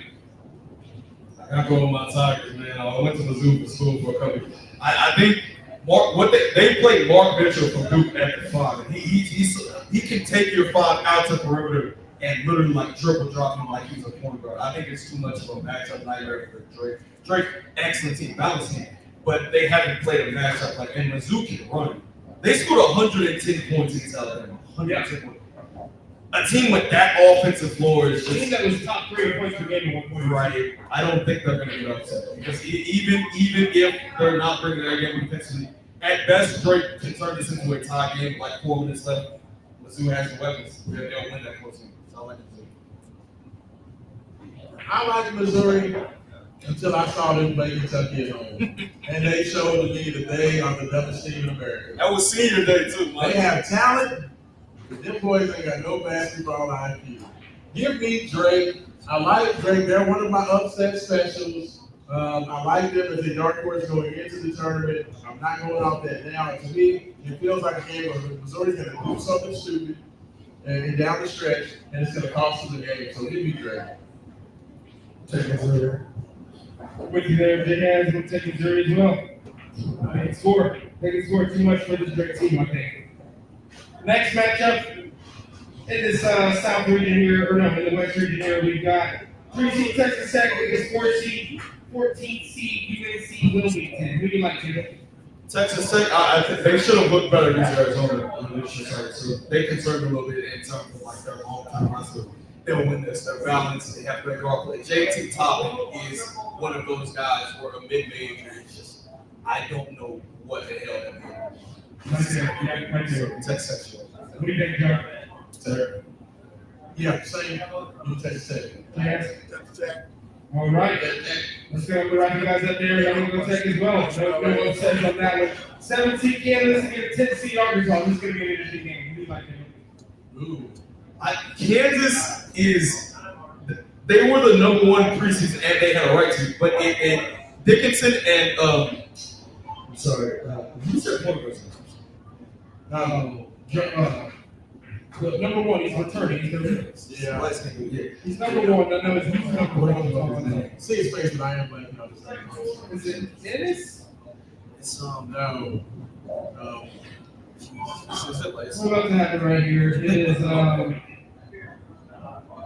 Harris Jr. Yeah. Juan Harris Jr. Yeah, I'm up at point. But him and it's their team that has talent, but it's the guys like they have to play a specific role. Dickinson is very good, but he's very good at that also. Like that's it. They have specialists. They don't have hoopers to turn it into that.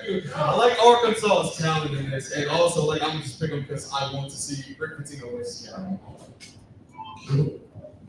That would be good. I don't want anything good or successful to come to King, man. Rock chalk. Yeah. You know, Kansas, it feels like a game where Kansas, I trust them more to make intelligent plays with the game on the line. Yeah. Nelly Davis, like Donnell is just, I don't trust him as far as I can throw. And Arkansas is another team that I don't really know what they've done to really earn their way in. So give me Kansas.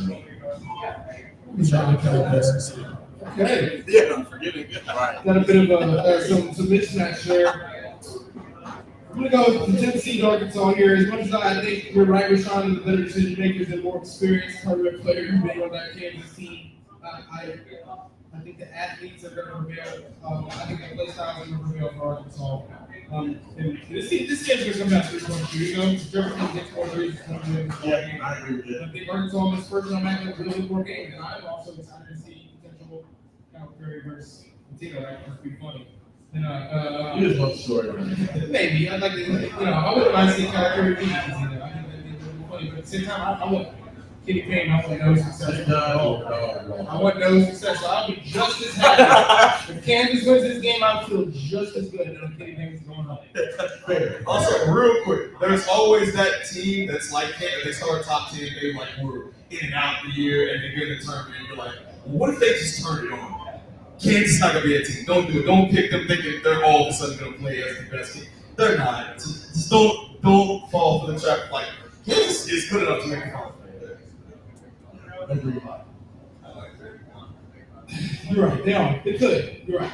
Next game, last St. game. John's. In the West. St. John's number 2 seed versus 15 seed Omaha. Kendall. Take Omaha's under. St. John's might hold the third point. Yeah, I feel bad for Omaha.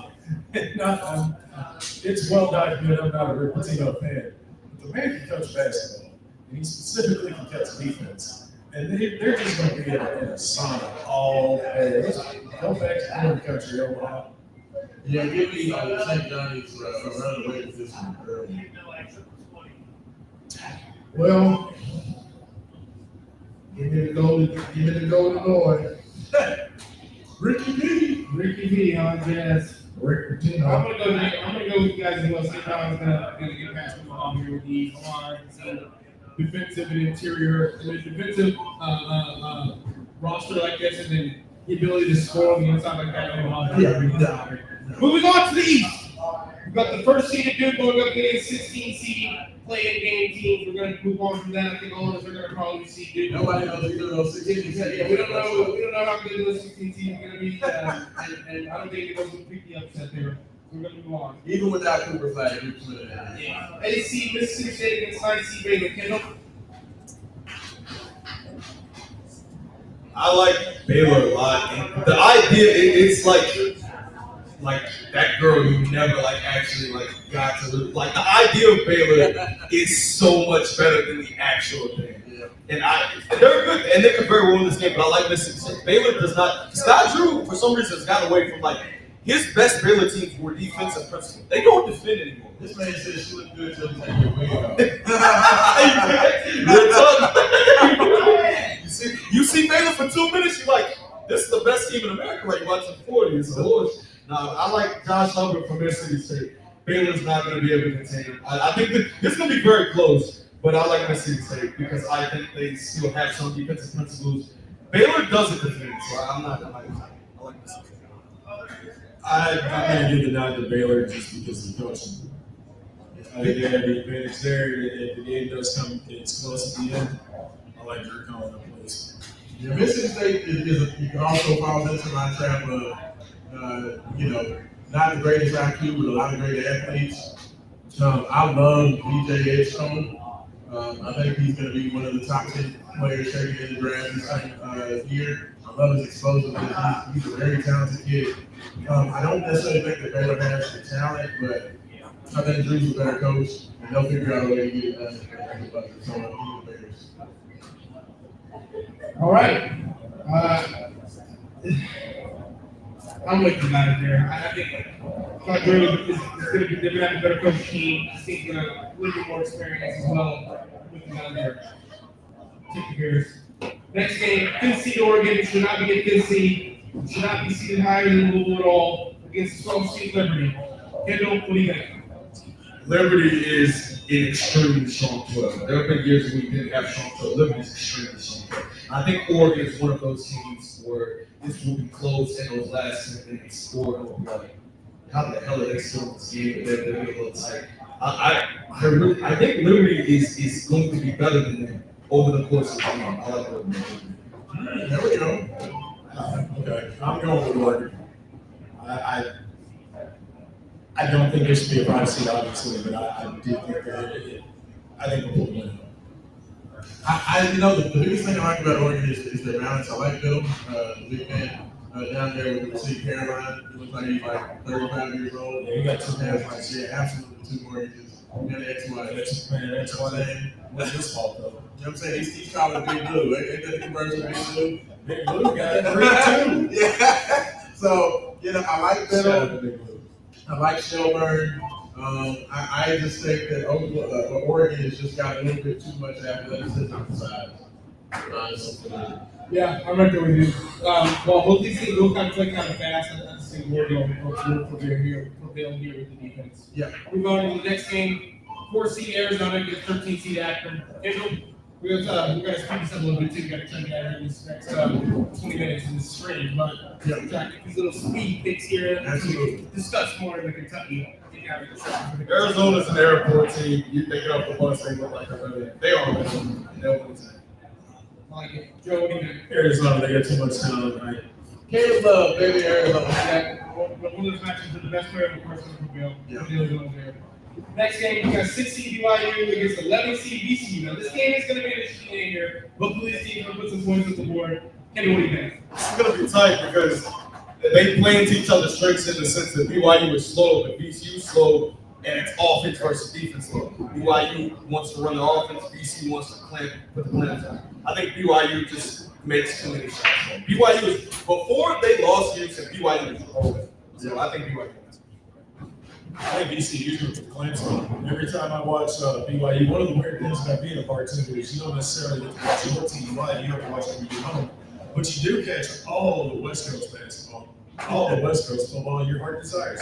Every time I caught BYU, it was like Mormon bums. Just a bunch of Mormon bums. VCU. Yeah, give me the Rams. This is another one of my upset specials. I like the Rams to be able to get that first round matchup and put a scare in somebody in the second round as well. Give me the Rams. I'm not going to go upset here. I'm on BYU. Well, this team is shit. I can't really get too hot when the offense is clicking. You can score on the points for some reason. It doesn't click it up, but I think this first round matchup, it's going to be enough. I think BYU is going to get over here. Moving on to that next game, though, we've got 3 seed Wisconsin against 14 seed Montana. Kendall, what do you think? Wisconsin, too much offense, real shot, bro. Yeah, I mean, this is one of those big lies where it's just they got the bodies. They got the Jimmy St. Joe's, Wisconsin. I don't like Wisconsin. I don't trust Wisconsin. Give me Montana. Same here. I hate Wisconsin. I don't even really have any. I think it's too slow. I think it's too much of the system. I think it's too reliant on a couple of players. Yeah. And I don't know much about Montana. I've seen that they beat up over their conference. That's about all I've seen. I don't even know which conference that is until they got to go back. So, I'm going to go Montana here. I'm going to let myself assume that whatever they're doing with all those games has been something that's scoring a lot of points and doing so in multiple ways. Because that takes away college basketball game. So I think that's a pretty lazy take that's coming from a biased, disinterested Wisconsin and wanting to prey on their downfall with Montana. Yeah, for the sake of bias. Agreed. 7 seed St. Mary's against 10 seed Grand Rapids. This will be an ugly but interesting game. Kendall, what do you think? I think this is going to be another one. This is going to be one of the best open round games. St. Mary's wants to make the game crawl. Vandy wants to get up and down, run the score up. I think St. Mary's wins is because I feel like they need one good run if they can slow the game down. And I trust a team who wants to slow down more than a team who wants to run. I think it'll be a tighter whistle. I think St. Mary's will. I want to take St. Mary's in this, but I mean, how can you pick against any team? This is battle tested as an SEC member. Vanderbilt, you know, while they each contend, it's all right, it's okay, you'll come work for us one day. They're part of the battle testing crew. They've forged an iron. They just survived the SEC schedule. Even as a 10, I mean, gosh, they gotta be awesome. Give me St. Mary's. Give me the Dales, St. Mary's.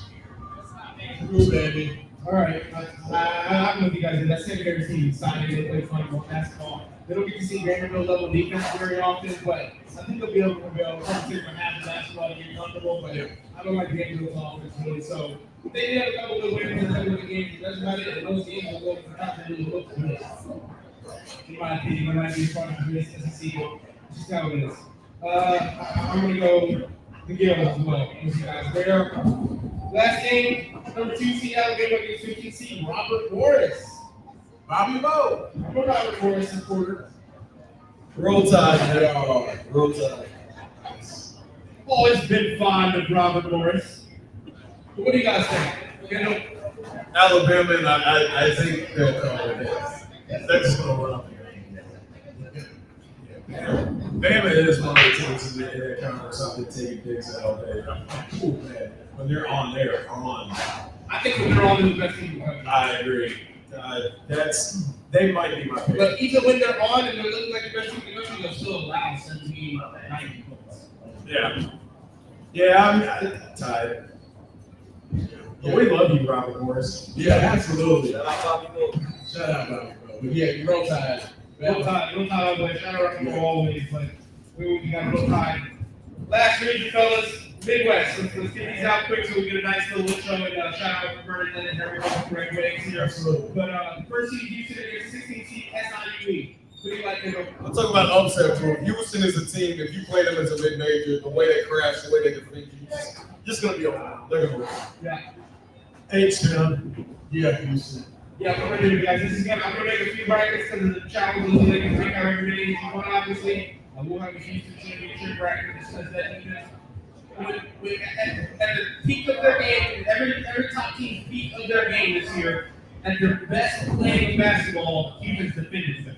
So that to me right there is when they're defending their best, they're the best defending team, and they can beat anybody at that point. So don't see them let it up. But I also think that offense is set up to lose in Sweet 16.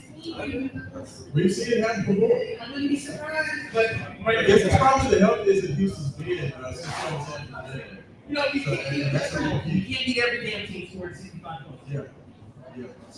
I'm just saying. Next game, 8 seeded Gonzaga. 8 seed Gonzaga.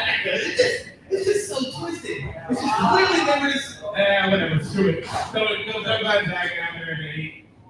I know the numbers suggest they should be 4 or 5, but we all know they're not that good. So let's put them down there. So why were they even up there to begin with? Now the question is, why is Georgia at 9 seed?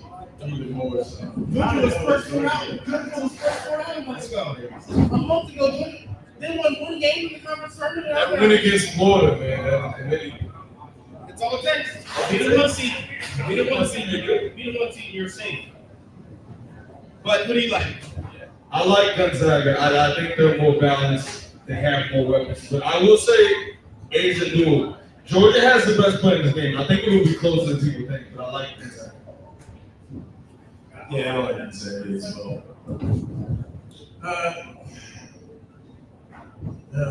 I don't like either one of these teams. Georgia has an interior advantage. I trust their interior guys more than I trust what Gonzaga can do. Give me Georgia. I'll hold my nose to take Georgia. No, I don't like Georgia. I do think that they have bad this year. right there with you guys. I don't like Gonzaga. I think they're weird too. I don't think they're as good as they numbers have said all year. They don't play it, right? When they go on the state, not the ACC, but getting Georgia, they play better teams all year. They showcase that they can beat teams that are better as many teams. Gonzaga showcase that they can beat. So, right here with you guys. 5 seed Clemson against 12 seed McNeese. 5 seeded Clemson against 12 seed McNeese. Can't believe it. Wow, I believe Clemson is. I believe they're a very good team. I would say McNeese has won 22 of the last 23 games. They will turn you over, and I think I like McNeese in this game because they will go to the butt and grab it. And that's how Clemson wants to play. They want to get close. They want it to be a physical game. And McNeese will be right there with them. I think McNeese steals.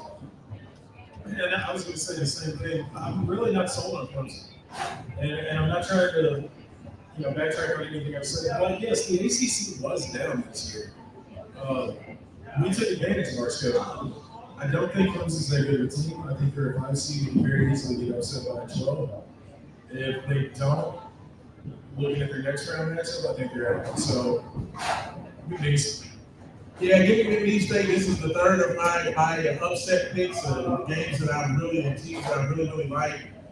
Will Wade's been waiting to get one of these. They got close last year, but kind of ran out of steam. I think he gets one this year. Clemson is just so dependent on Chase Hunter to kind of like build it out of everything. They're just too inconsistent everywhere else. You can lock in his room, and I don't like him. I don't like his face. So give me McNeese State. I like the upset there, Sean. I love it. Love it. I'm going to go Clemson here. I hate to pick Clemson here, but I want to see an NC team that's not new with the first round. It's just tough luck for us.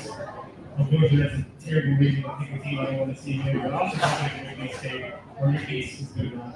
I think if they got what you call the team, this is a 5 seed. I think I'm pretty check for my pick. So, even if it's there. 14 Purdue against 13 High Point. What do you think? I appreciate you first picking Clemson because we almost had a full weight 12 seed pick. That wouldn't like that. But I like High Point can really score, but they don't defend at all. Purdue's going to get to that spot so they want. So I think they're going to Joe, for Purdue, for 13 High Point, Purdue. Give me High Point. I don't even know what their mascot is. Give me the High Point. Whatever that is.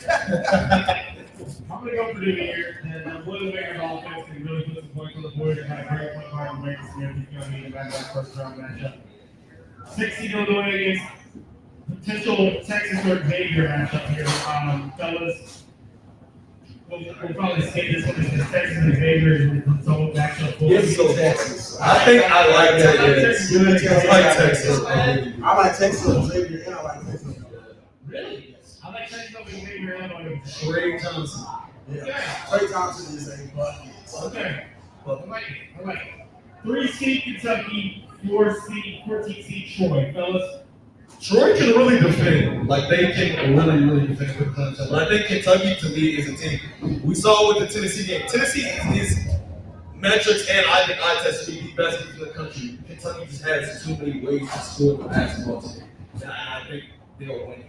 Because you just can't lock up a team with that many ways to score basketball. That's it. I'm gonna hold my nose and pick the Cats. Okay. I'm gonna hope with all of my being that Troy can get it done because I would love to just start making Trojan boys and horse jokes and stuff. So, I'm not see that happen, but give the Cats. We'll go Kentucky. Moving on quickly here. UCLA 7 seed against Tennessee, Utah State. I'm a Mountain West hater. I don't trust the Mountain West. I really like UCLA, their defensive foundation. I think UCLA. UCLA is playing decent basketball right now. They had in the middle of the year they were awful, but yeah, I think UCLA. I want every pass to go up there, even if I like them, respect them. I don't care. Wow. I don't care. No love for Sky Clark? No. Great stuff we did here. Congrats on the 30-point game you had here. I think that's one thing you achieved here, Brady. Sorry to talk like that about. Do y'all remember when the NC State game last year? Scott Clark was like really trying to say Kenny Kane's job. He had like 35 points. I was shot 100%. It was going crazy, but I'm going to go Utah State here. And I said, no, prominent. That team has been dysfunctional at certain points in time. They are very much. And I think Utah State's going to go in there and put a little can of backs on that unexpected. UCLA's going to go in there. We're going to, I don't like they go there and just pretty experience. Probably say some bullshit. So, and go out there and make them think they're going to roll over Utah State. Utah State's going to go out there and flip them in the back of the head every time. That's what I like. Last game here in this Midwest region, another bracket. 2C Tennessee against 15C Wofford. Wofford. What do you guys think? Tennessee. Yeah. Wofford, Rocky Top. One of those teams that's been top 10 in offense and defense all year. Tennessee. Let's get wrap up the Wake Up 502 and the 502 Crew Tournament Challenge. Before we completely wrap this up, remember, if you like to reach out there and pass out the shots. We got some shots to conclude the show here. We Gotta get these also, shots in. Since we'll be doing shot specials as well during games. Gentlemen, Jay. Come on, Jay. Come get this Come on shot back up here. Fellas, it's been 6 long years. 6. That's too long. There's an entire graduating class and a half, or if you do college, graduate, one graduating class, that never got to save up their spring break money to go to the tournament. Yeah. That's what we did when we were kids. My freshman year, I know I'm spoiled. My freshman year at UL, we finished top 5 in football and basketball. We went to a Final Four. We went to a major bowl. We lost one game that year. I'm glad to see things back in order. Balance is being restored, y'all. Happy March, fellas. Cheers to that. Cheers to that for sure. Oh, that's good. That's good. Say that is Jose Marcos. Oh, wow. Nice. A little habanero. Yeah. That's good. Very nice, very nice. If you're old like me, you gotta drink that early. I know that's my heart, bro. Yeah. Very nice, very nice. Hey, so you know what? First of all, thanks so much to Murray Lanes for having us out. Thank you all for hosting us. Wake Up 502. We definitely appreciate that. 96.1 FM, 1450 AM. This has been awesome. So glad Louisville's back.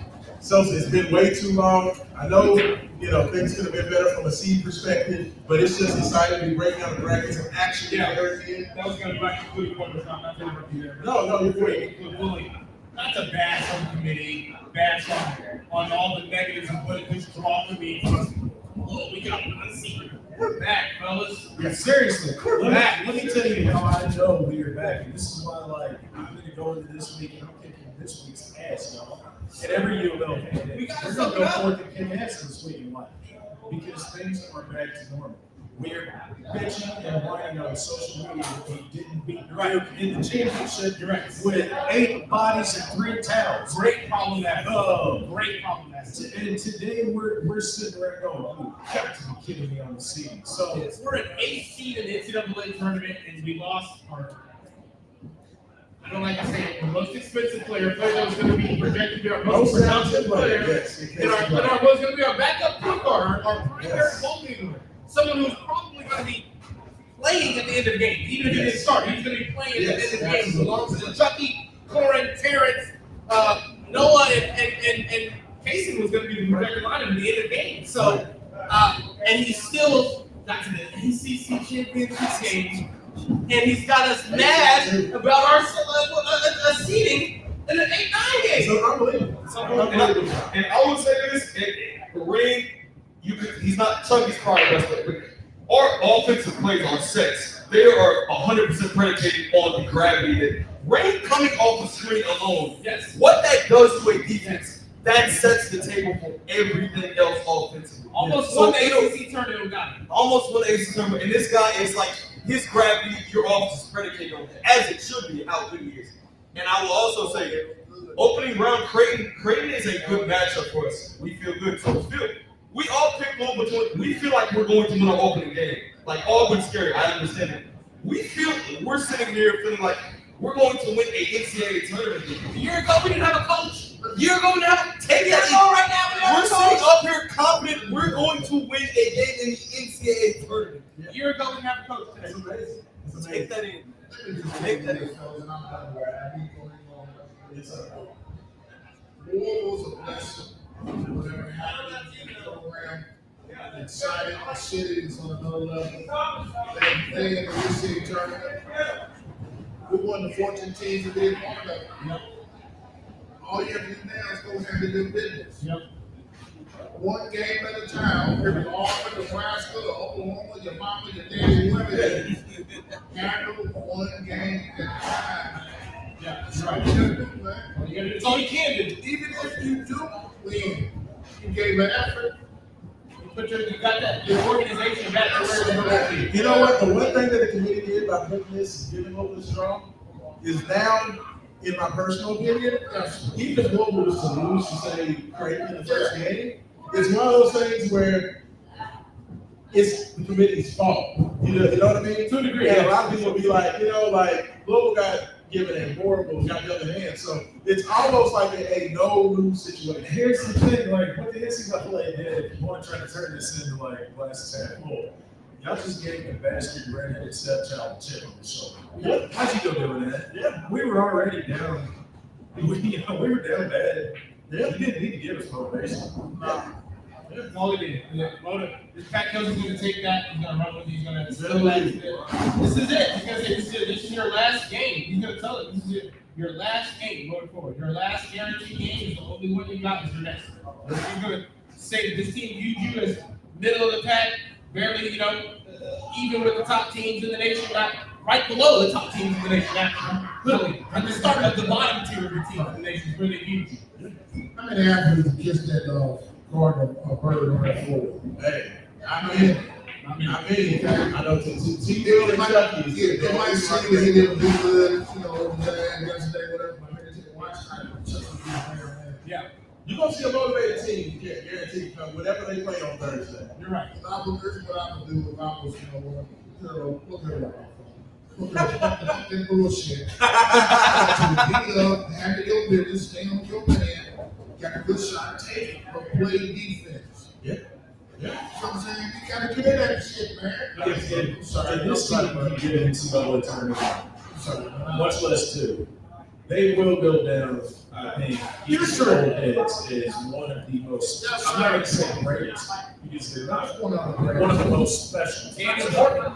And special. They're immortal, and little things like to give Kentucky a lot of crap when they compare Rick Pitino's team. Yeah.